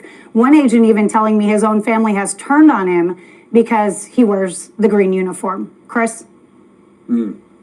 Tough times, right? Tough times, and the leaders can make it better or worse. Let's see where it goes tomorrow. Ali Bradley, thank you very much for the reporting. Appreciate it. So, all right, let's focus. I'll be honest with you. When Pretty got killed this weekend, I was like, that's it. I'm going to Minnesota. I'm going to be ducking bullets. I'm going to be cataloging bloodshed. Here we go. Thank goodness I'm not. Thank goodness that didn't happen. And look, let's just state the obvious. We all have to come together demanding the violence, all of it, stop. And I say thank goodness because of the good judgment that the governor and the president exercised by just talking to one another to take down the temperature. Governor Walz, President Trump spoke on the phone. The president said it was a very good call, that they're going to work together on removing violent criminals here illegally. If the state gives access to jails and prisons and helps to secure agreed on threats, then CBP may go and ICE will stop doing the horrible things that we have witnessed. Walz has not come out and said, that's not what I said. That's not what happened. Good. Now, look, I get that it's only words and I get who's saying them, but it's better than escalation after what we saw with Alex Pretty, shot and killed by federal agents. You know things have gotten way too hot when Tom Homan is sent in to help lower the temperature. And hopefully he does. Hopefully he does better than Greg, don't talk about my coat, we can do no wrong, Bovino, and Kristi, one of ours, all of yours, Noem. Very low bar. Hopefully, Holman gets over it with the mayor. And I really wish this had happened sooner. I was talking about it for weeks for a reason. I wish the VP had done this last week, like we were talking about here on News Nation. I wish the governor had come to the table sooner. Maybe another 37-year-old would not be dead in Minnesota if people had done what is right sooner. Is it a coincidence that Alex Preddy is the same age as Renee Good, who was shot and killed a couple weeks ago? Yeah, it'll fuel some BS conspiracy. Wow, I didn't know that. So Alex and Renee are the same age, guys. Wow, I did not know that. Man, that's sad, man. Tragic, tragedy. Man, that's tragic. They the same age. That's crazy. See, but both were just 37. And I'll tell you what's not a coincidence. The way they both died. And we all saw what happened. Again. And it was wrong. Again. And the way the government reacted to the killing was wrong. Again. Neither were terrorists. Preddy didn't draw on agents any more than Renee ran one over. The question that... Can we get 40 more likes, guys? Double tap that screen if you don't mind. If you're on a mobile device, or click those 3 dots, hit that thumbs up. It most definitely helps out the channel. I would appreciate it. Subscribe if you're new. Isn't asked enough. Since when does rounding up everyone here illegally present such a threat that it warrants thousands of federal agents raiding in communities?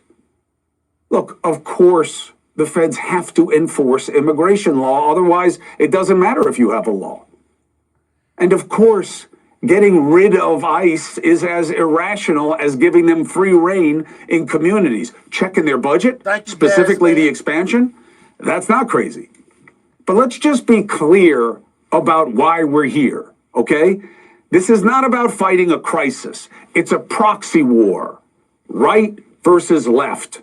That's why we're in a blue state going after brown people. This started as being about fraud. There is fraud in every state, red and blue, a lot of it. Oh, not like this. You see what that kid discovered? He didn't discover anything that they haven't been dealing with for years. They didn't deal with it well enough. They didn't deal with it soon enough. They didn't deal with it completely enough. It's all fair criticisms. Fine, investigate. This is how you investigate? No. This is how you instigate. And those who oppose these tactics took the bait, matched force with force. Protests went to the wrong places and some crossed the line. The sides are destroying the whole. Look at social media's reactions to our leaders finally doing something right. Boo! Trump should double down and not reward the left. Boo! Walls surrendered. No ICE allowed. And of course, these are the voices that you see amplified on social media. This is what's going to trend because All right. Let's hold him for a second right there, guys. Let's hold him for a second right there. And let's go here, guys. Mayor Fry took some questions from the public in Minnesota. Let's see how that went. Randomly. Today we remember that freedom is not free. We have to work at it, nurture it, protect it, and even sacrifice for it. May we never forget Alex to Preddy, guys.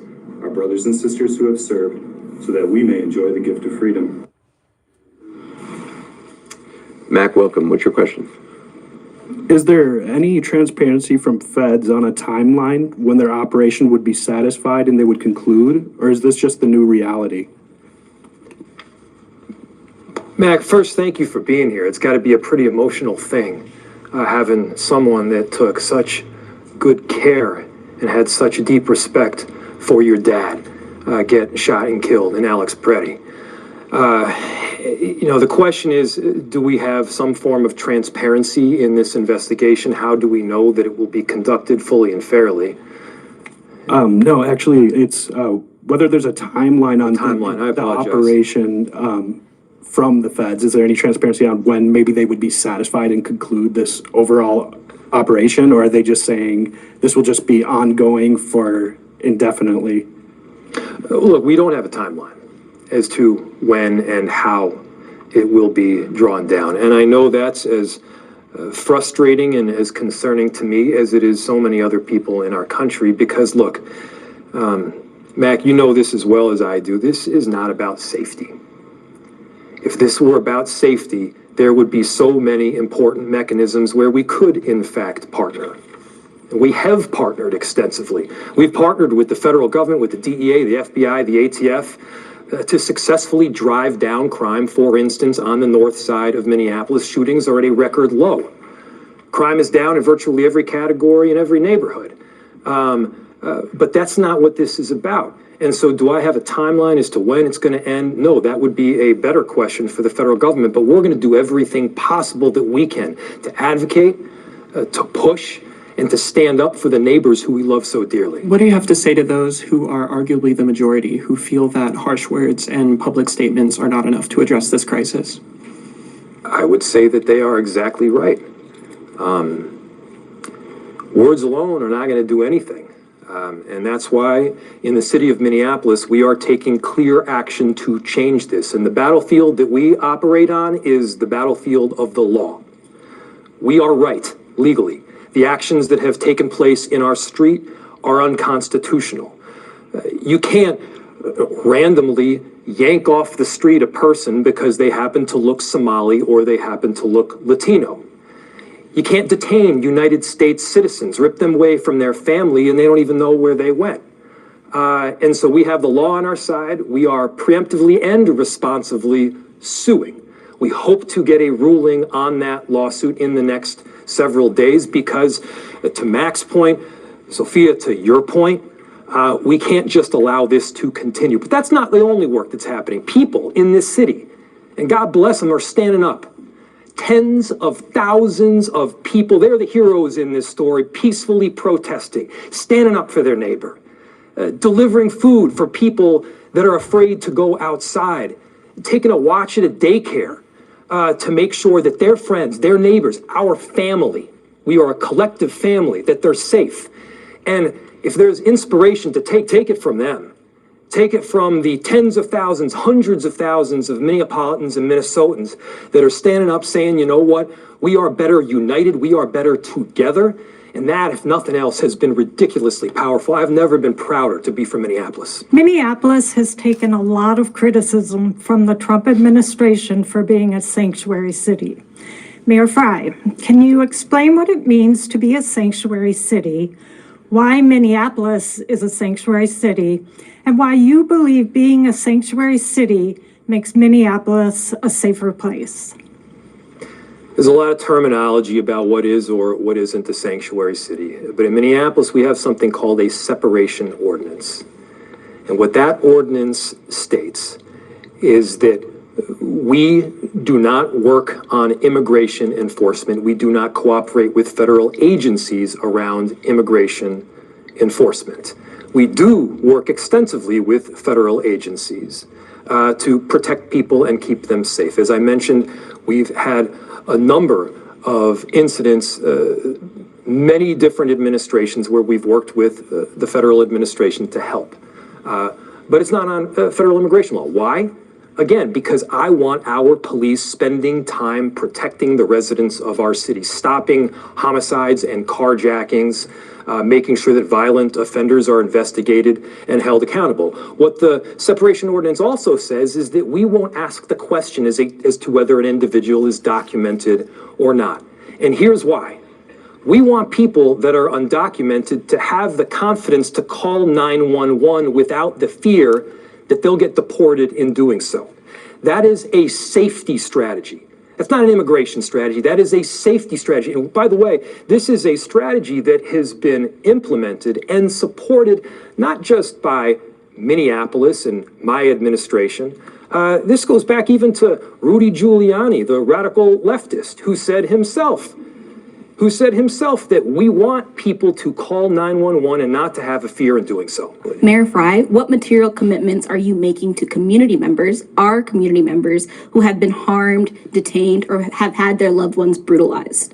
As the mayor of the city, what concrete actions will you and the city of Minneapolis take, such as providing financial support, coordinating resources, or pursuing legal action? All of the above, providing financial support, coordinating legal resources, and of course, pursuing action. These are actions that are underway, and we need to bolster them even further.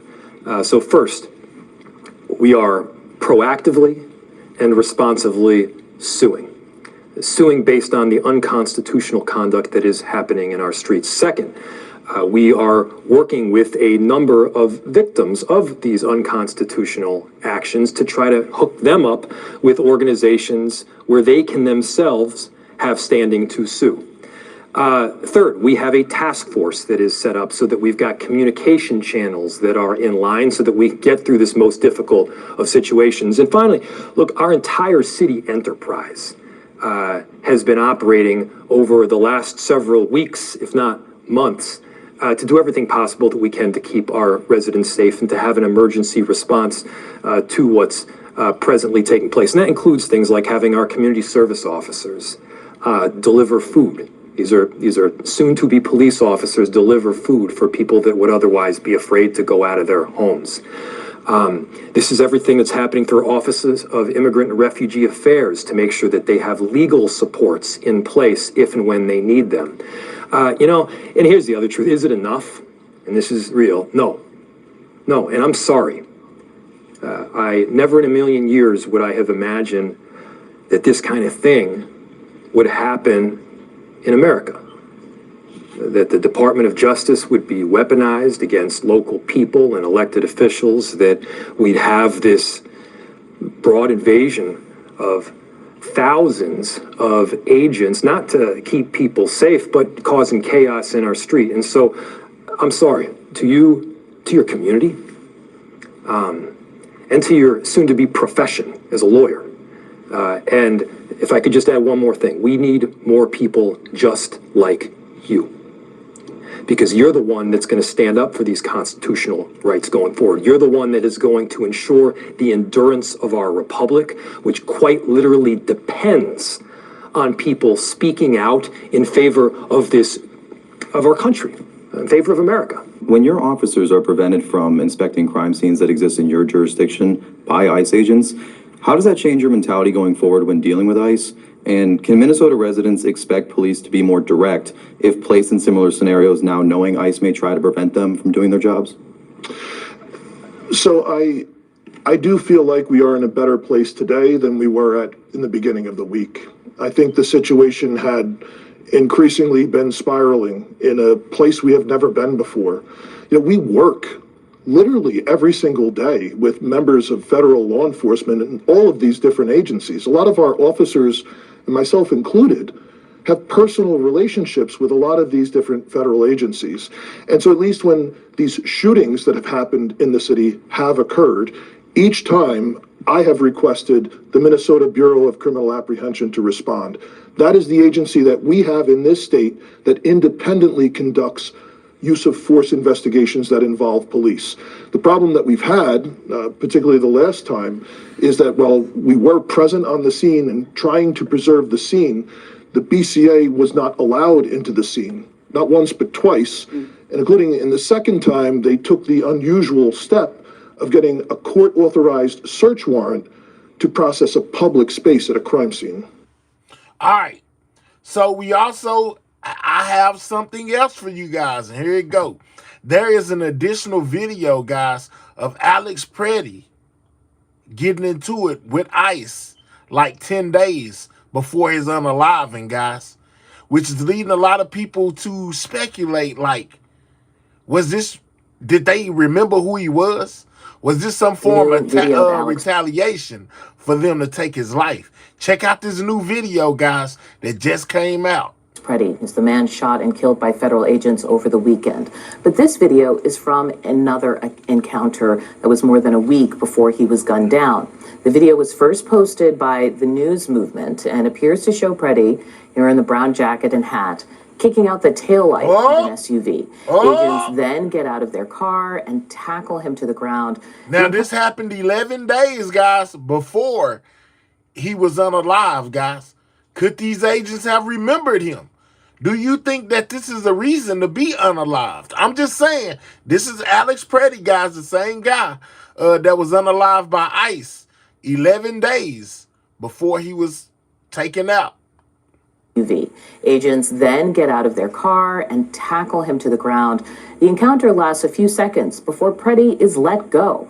At one point, a gun is seen in his waistband, but it's unclear if agents saw it. Agents then deploy tear gas and walk away. In another video, we hear from Preddy moments after agents leave. You okay? You okay? You okay? I'm okay. I'm okay. Are we all okay? Are we all safe? We okay? So the Department of Homeland Security says it is reviewing this footage. President Trump hasn't commented on it publicly, but he has been reposting the commentary from social media. So, for example, comments like this from his supporters, which say that Preddy, quote, the encounter lasts a few seconds before Preddy is let go, kicking out the taillight of an SUV. Agents then get out of their car and kicking out the taillight of an SUV. Agents then get out of their car and tackle him to the ground. The encounter lasts a few seconds before Preddy is let go. At one point, a gun is seen in his waistband. Does this change any of you guys' mind? Let me know. Do you feel a different way now that you've seen this video that happened 11 days before he was unalived? Is this a reason to be unalived? I'm just saying, let me know. It's most definitely him. Before Preddy is let go. At one point, a gun is seen in the news movement and appears to show Preddy. That's most definitely him, guys. That's most definitely him. I'm not lying to anyone. This is most definitely go look it up for yourself. I'm not lying to anyone. This is what's on y'all, I guess it's AI, but hey, they put it out. I'm just showing it to y'all. You know what I'm saying?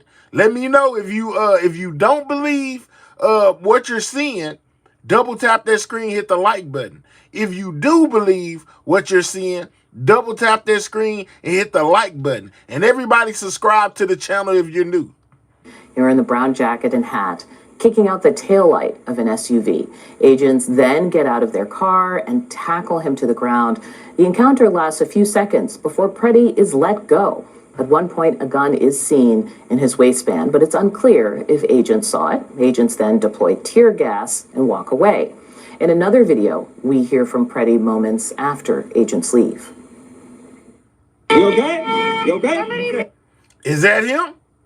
Or is that AI? Is that Alex Preddy or is that AI? Let me know. You know what I'm saying? A lot of y'all saying fake news, fake news. Well, is that him? Is it not him? Is that somebody that look like him? Is it a look-alike? I'm just saying. Y'all let me know. Yeah, everything is fake news when it don't align with what y'all want. So y'all let me know what y'all think. Is this AI?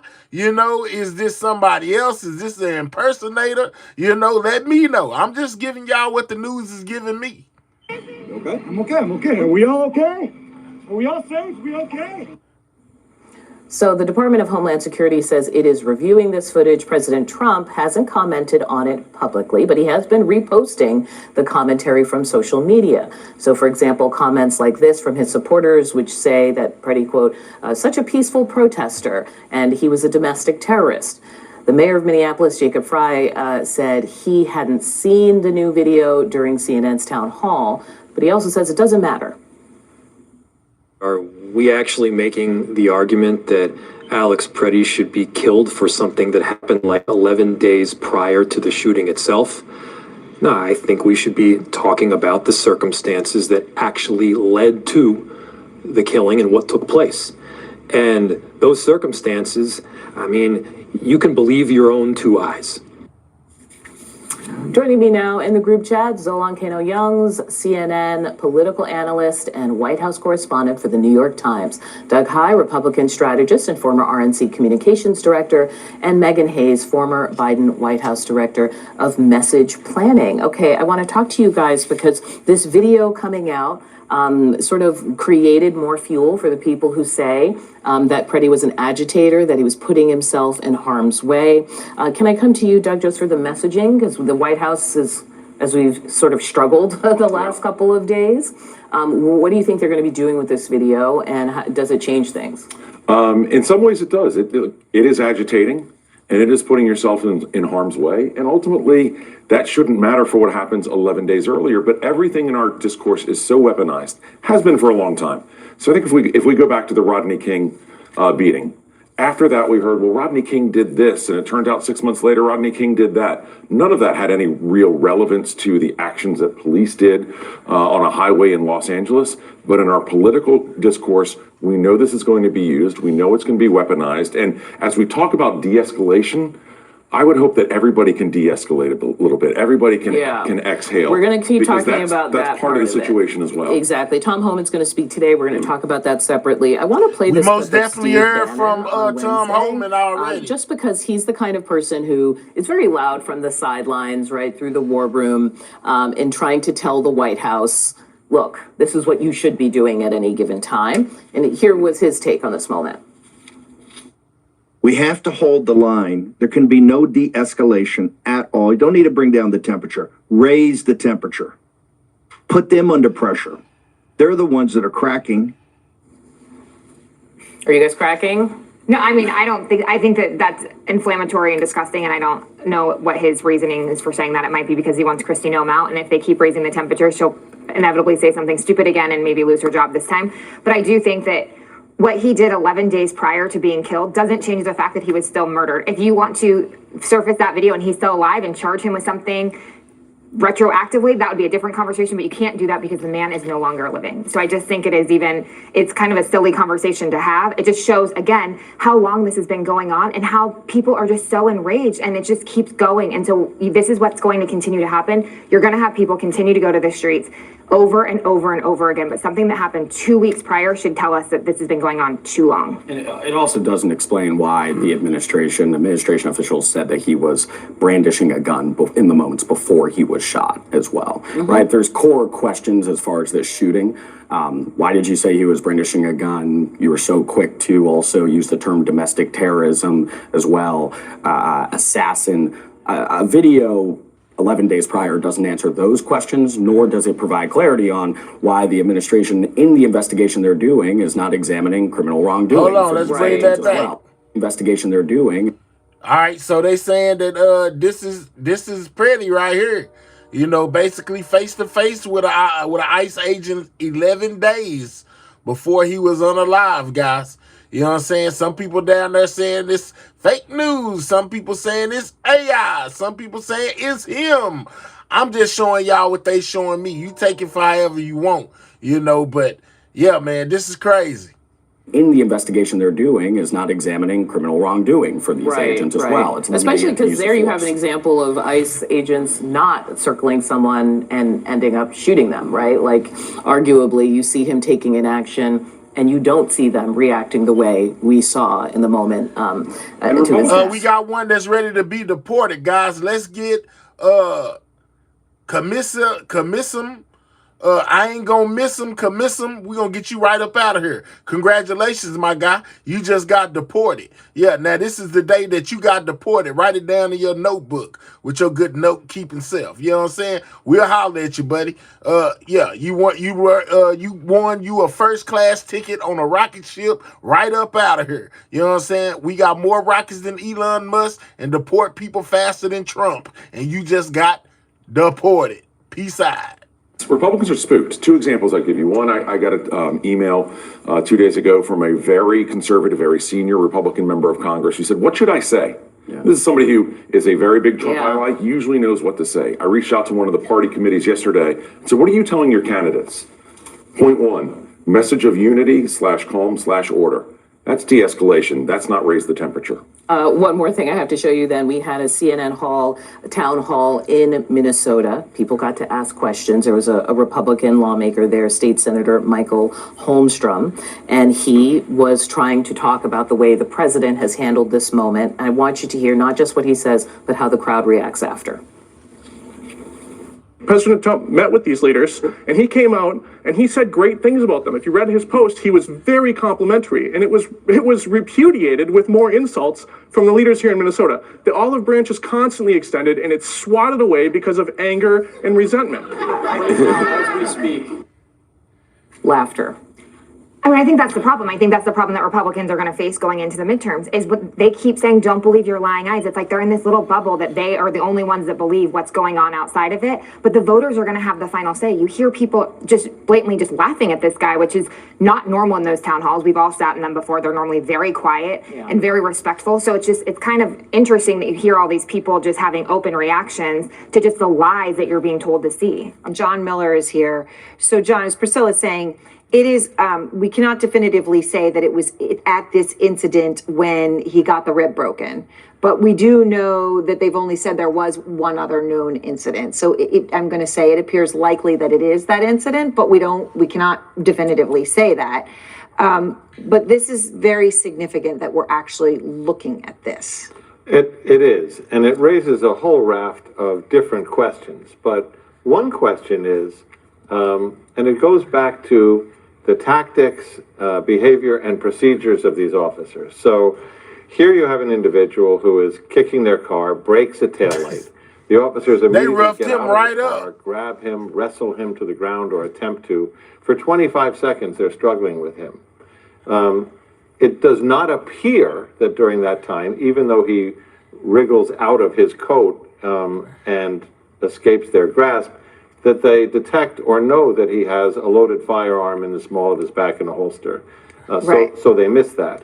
But Which in the case where he died, of course, they saw it, removed it, and then subsequently he was shot. Exactly. So that's a kind of a pattern of poor tactics that we're seeing here, because if someone destroys government property, breaks a taillight on a vehicle, and you get out and you wrestle with that person, the normal thing to do is to arrest that person.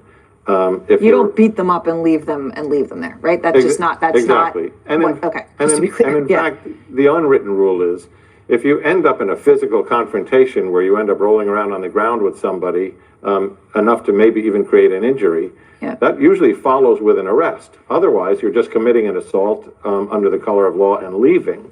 So the fact that they didn't take police action is another deficit in kind of what are the rules of engagement and what does law have to do with it? Right. So operating outside the law, outside of precedent, outside of norm, outside of training, sloppy, all of that true.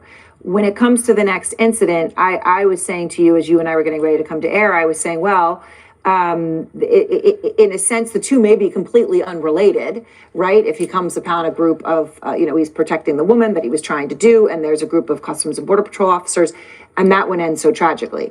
But you raised a very interesting point, which... So the question is, are any of the agents involved in the confrontation we just looked at 11 days before, any of the same agents who encountered him on Saturday that ultimately led to him being shot to death? In other words, one of the questions we've been asking as we look at that video is, the government narrative, the first version was, he approached agents with a gun. In fact, when you look at the videos, they approached him rather aggressively, and we don't know the answer to this, but if they were the same agents from the earlier encounter, were they still upset? Were they angry at him over what he did to their car, the fact that they tried to arrest him and he got away? Was that a factor? And until we figure out which agents were at both encounters, we won't know that. No, and obviously they have, none of that information has been released. Although, of course, as we point out, Attorney General Bondi is very quick to release mugshots of people that they arrested today.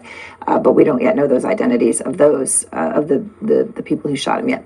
All right, John Miller, thank you very much. Let's go here. The blame game inside the Trump administration. While the president says things in Minneapolis are going to, quote, de-escalate a bit, Homeland Security Secretary Kristi Noem and Stephen Miller, the president's powerful advisor, are taking heat over the deadly shooting of Alex Preddy and their statements after it. They're calling for Noem to be impeached, guys. They want Noem out of there. The videos clearly refuted those claims, and now Noem is facing growing bipartisan calls to resign, and Miller, in a rare retreat, is acknowledging agents may have breached protocol that he set, or the White House set, before the shooting. With us now, CNN's Betsy Klein and Jeff Zeleny. And first, I just want to hold up a flowchart, friend, of my understanding of the blame game here. There you can see, Homeland Security Secretary Kristi Noem is blaming Stephen Miller. Stephen Miller seems to be blaming Customs and Border Protection.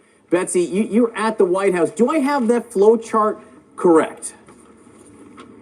I think that's about an accurate assessment, John. And I just want to point to to this very remarkable statement to our colleague Kristen Holmes from Stephen Miller yesterday. As you said, in the immediate aftermath of federal agents' killing of Alex Preti on Saturday, we heard Stephen Miller go to social media almost immediately. He referred to Preti as, quote, a domestic terrorist, also a would-be assassin. And you can believe that he was behind a lot of the messaging that was coming from this White House. But then last night, in a statement to our colleague Kristen Holmes, he says, quote, the White House had provided clear guidance to DHS that the extra personnel that had been sent to Minnesota for force protection should be used for conducting fugitive operations to create a physical barrier between the arrest teams and the disruptors. He goes on to say, we are evaluating why the CBP team may not have been following that protocol. He also says that some of the original statements that were coming from the Department of Homeland Security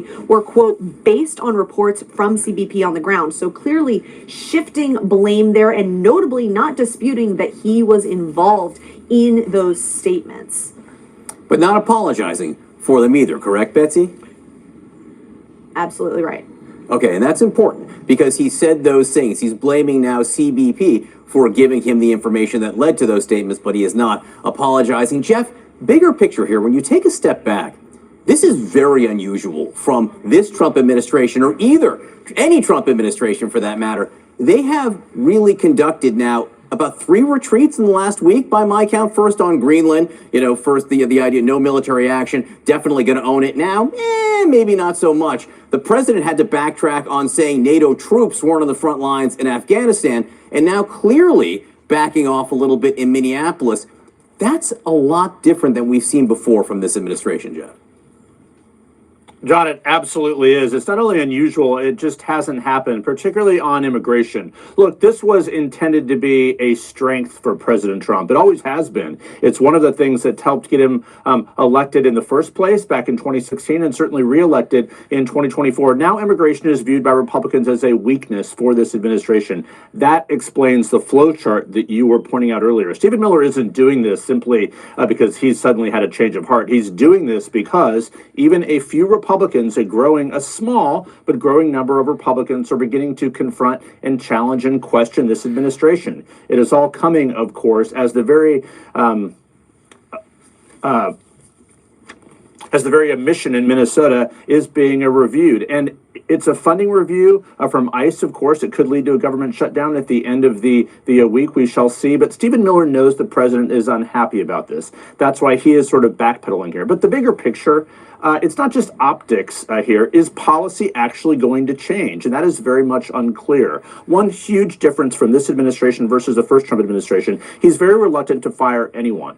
In the first administration, people were being fired all the time, week by week. That has not happened. So I do not expect any firings here, but this is a dramatic change of a position here. And keep your eye on Stephen Miller. He's viewed as a liability in some circles here. He's very close to the president. I don't expect him to go anywhere. But that statement that Betsy was reading is extraordinary because we have never seen a retreat like that from him. Yeah, and Betsy, just, I'll hold up the flowchart once again since Jeff just celebrated it here. Where's the president in this flowchart? Who exactly does the president blame among these 3 choices? Well, I think the president's message here is that he's trying to de-escalate. He is trying to, we've seen him even talk to Governor Tim Walz and Mayor Jacob Frey in the aftermath. And the president now is essentially saying that those calls are cordial and constructive. But when we ask if this is a substantive or a symbolic change, the White House is still actively blaming Democrats. We heard from Caroline Leavitt saying that this is a deliberate and hostile resistance by Democrat officials, blaming the Preti killing on Democrats. But the question is going to be, what is the change on the ground in Minneapolis here? And President Trump is appearing to indicate that there might be some more substantive changes. We'll just have to wait and see what happens. Yeah, based on how Tom Homan has described the conversation with Tim Walz and the mayor there, and they both have described it, there is a bit of substantive difference there, merely in the dialogue. And very quickly, Jeff, while I still have you here, Republicans on Capitol Hill, how far do you think they're willing to take their criticism? Well, we will see. I mean, it's a growing number, but it's still a very small number of people. But I think the Senate Majority Leader John Thune was interesting yesterday. He called this an inflection point. So everyone is calling for an investigation and more oversight into ICE. Again, that is not something we saw after the Renee Good shooting. So this is a different moment. There is no doubt about it. But again, to Betsy's point, will policies change on the ground? Again, what was a strength for the administration is now a political weakness. A lot of fingers being pointed over the Trump administration's false claim that Alex Preddy, the man fatally shot in Minneapolis, was out to massacre federal agents, an accusation just not supported by the video we've all seen. Multiple sources suggested to Axios that the language came from the president's hardline advisor, Stephen Miller, with one source saying, quote, Miller gun and knew what the narrative would be. Preddy came to massacre cops. Miller, for his part, said, quote, any early comments made were based on information sent to the White House through Customs and Border Protection. With us now is Mark Caputo, the senior politics reporter for Axios, who really broke this story yesterday. Mark, as always, I'm really excited to talk to you since you were out so far in front of this story. I put together a little flow chart based on your reporting here of who is being blamed and how inside the White House and inside the administration. Homeland Security Secretary Kristi Noem is blaming Stephen Miller. Stephen Miller appears to be blaming Customs and Border Protection. Do I have that correct? I mean, generally, what I do know is that Noem is feeling the heat, obviously on Capitol Hill and elsewhere, and she's told people, and I'm told she also told the president, look, everything I've said is because of what I've been told to say and do by the president and Stephen Miller. And as you pointed out, Miller is saying that statement that was released came because of on-the-ground reports from CBP. And specifically what you're hearing more people in the White House start to say is the bad guy in all of this, and I'm putting bad guy in air quotes, is Greg Bovino, who was the commander, the cowboy, in the words of one person, who was in charge of this, let's call it a shambolic operation that resulted in the deaths of 2 people and the shooting of a total of 3 in a month. Yeah, there are 2 separate things I think we should point out here that Miller now seems to be saying to you and others. Number one, that CBP, that the officers on the ground broke some kind of protocol, some kind of instructions they'd been given by the White House about how they were supposed to behave, actually enforce the law. But also Miller is saying that he was told perhaps misleading stuff by CBP. Those are 2 things, but are those both directionally what Stephen Miller is saying now? Yeah, that's correct. According to the White House, according to Miller, there is a protocol that they had developed where these teams, these squads that would go on these immigration raids or to execute these warrants or find, in their words, these criminal aliens, would be divided in 2. One group would do crowd control to stop what they called the disruptors, and the other would go and do the arrests. And according to them, on this fateful day, on Saturday, that just sort of devolved into chaos, and none of that took place. Now, obviously, in the background of this, there have been other videos, other cases of pretty egregious policing that had happened under Bovino. Specifically, there was the young man at Target, the Target worker who was pushing around grocery store carts, got in some sort of jawboning incident with these agents. They tackled him, they kind of beat him, they shoved him in a van, and they dropped him off nearby. Stuff like that did start to really rankle at the president, and finally the president made his change on Monday. Yeah, I was going to say, so based on your reporting, if we have this chart of the blame game, where does the president fit here? As far as you can tell, who is the president blaming for all this? He's not really blaming anyone. It's just one of those sort of, hey, things sort of happen and let's move on. One of the things the president doesn't want to do is communicate a weakness that he's backing off. And in that, under that umbrella, is the idea that he needs to make a change. So let's just be very clear. Kristi Noem, from all of the information we're getting and from all the observations that we've made collectively as the news media and those of us who cover the White House specifically, Kristi Noem is staying. And so is Stephen Miller, his longest serving political advisor, from Trump 1, architect of the immigration plan, a guy with encyclopedic knowledge of immigration law, who really sort of represents a lot of the hardline policies that Trump at heart really does enjoy. And then just very quickly, any bit of reporting that you've done that indicates that Noem or Miller or anyone might apologize for the statements that they made just after this incident happened on Saturday? I have gotten no indication of that. We've asked if, hey, do you want to issue at least some sort of correcting information? And so far, the answer to that has been no.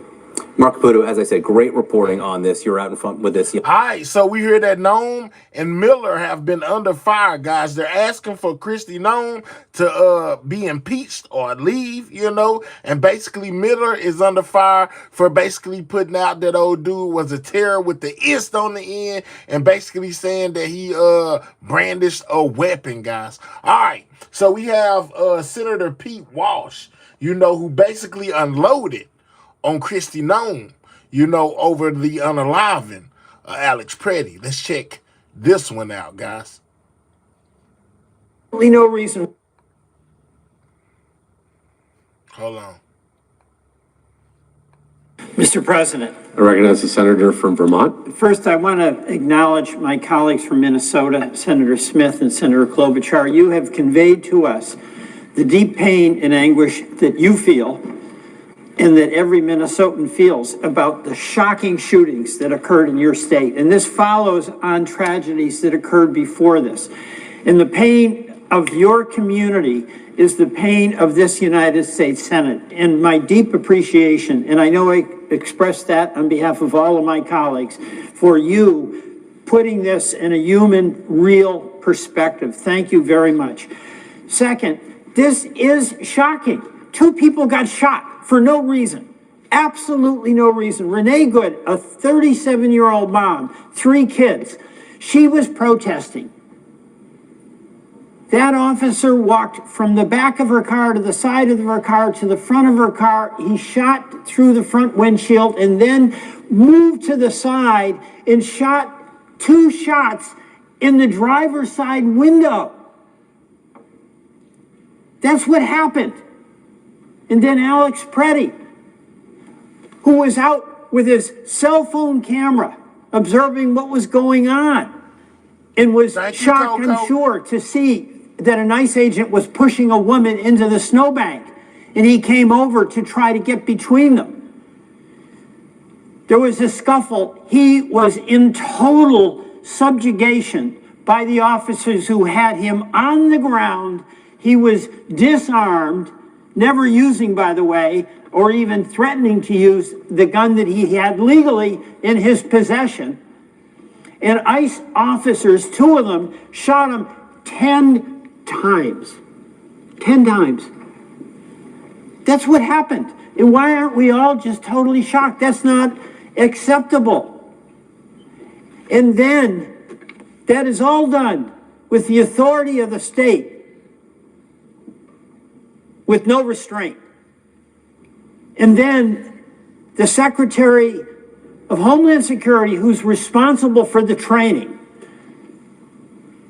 and the discipline and the mission, blows this off and says these 2 people were domestic terrorists. No accountability, no expression of sadness, no expression of remorse. How is this acceptable to any one of us here? How is that acceptable? And yet what we're hearing when we are saying, let's look into this, let's get some reforms in place that allow our citizens to feel safe, for there to be accountability, we're being told it's too complicated because we've already got a bill and we'll have to divide it. And that means procedural hassles.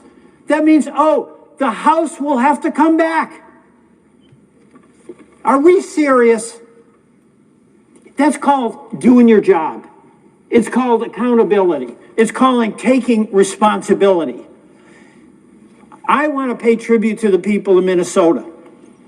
We're actually having a discussion about inconveniencing House members because they've got to get on a plane and come back if we act to do something that every American knows we should do. Pass the bipartisan bills where we've got 5 bills done and take on the burden of responsibility that we have as the United States Senate to put reforms in an agency that needs reform. And folks in Minnesota, it's 20 degrees below zero.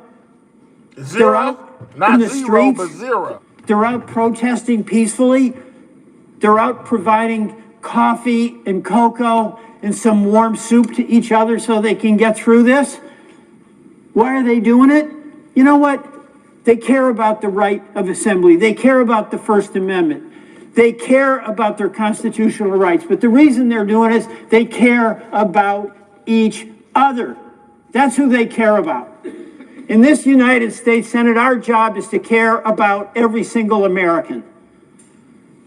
And we have an agency that is totally out of control with a leader that is, I would say it's incompetent. But the cruelty of that remark to dismiss two people, innocent people who died as domestic terrorists, tells me there's not an inkling of acceptance of responsibility that goes with the enormously important job of being Secretary of Homeland Security. So I'm not going to vote and give a blank check where we're not even willing to have a discussion about what the reforms are. And Mr. President, I want to say, I know every one of us here are shocked by what happened. This is not a Republican Democratic deal. This is about seeing two innocent people shot when they didn't need to be. And one of the things that's so important for us, if we have a family, we live in a community, is to act in a way where the people around us can be confident that we've got their back, that we won't hurt them or harm them, that we notice what their struggles are and we'll try to help. And all of us here have such admiration for law enforcement and the work they do, and it's such an incredibly hard job. But more than anyone else, the people contacting me in Vermont to express their shock at what happened in Minnesota are people in law enforcement. They know the job is hard, but they have accepted the responsibility to be a guardian, to be protective. We can accept our responsibility where we are the 100 people in this country, Martin, in this Senate, who have the opportunity to provide some reassurance and safety and confidence to the people each and every one of us represents. So yes, let's do our job. Mr. President, I yield back. Yeah, so he says yes. So let's do our job, guys. Yeah, man, it's most definitely a sad situation with what happened in Minnesota, man. I think we all can agree on that, man. It's a lot going on within all of this, guys. Two people lost their lives in Minnesota. Some say it's unwarranted. Some people say it's warranted. Me, I'm just like, wow, man. And when I watched this video back one more time, shot and killed by federal agents over the weekend.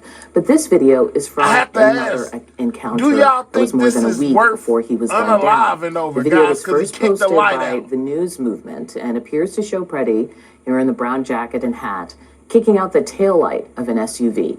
Agents then get out of their car and tackle him to the ground.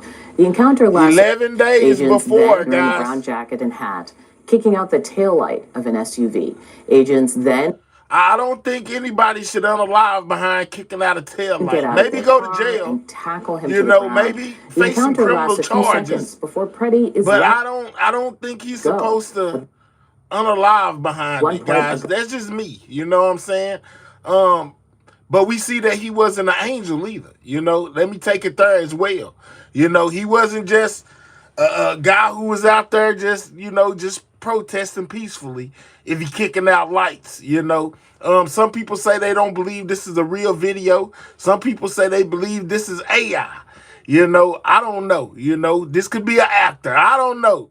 I just know this is what the news is putting forth, and they're basically saying that this is him 11 days before he was unalived by ICE. How the heck did that G.I. Purdy? Yeah, it just surfaced right after his unaliving, man. He had an encounter with ICE 11 days before, basically they unalived him, guys. I don't think that kicking out a tail light is something worth unaliving over. That's just me. You know, y'all can feel differently, but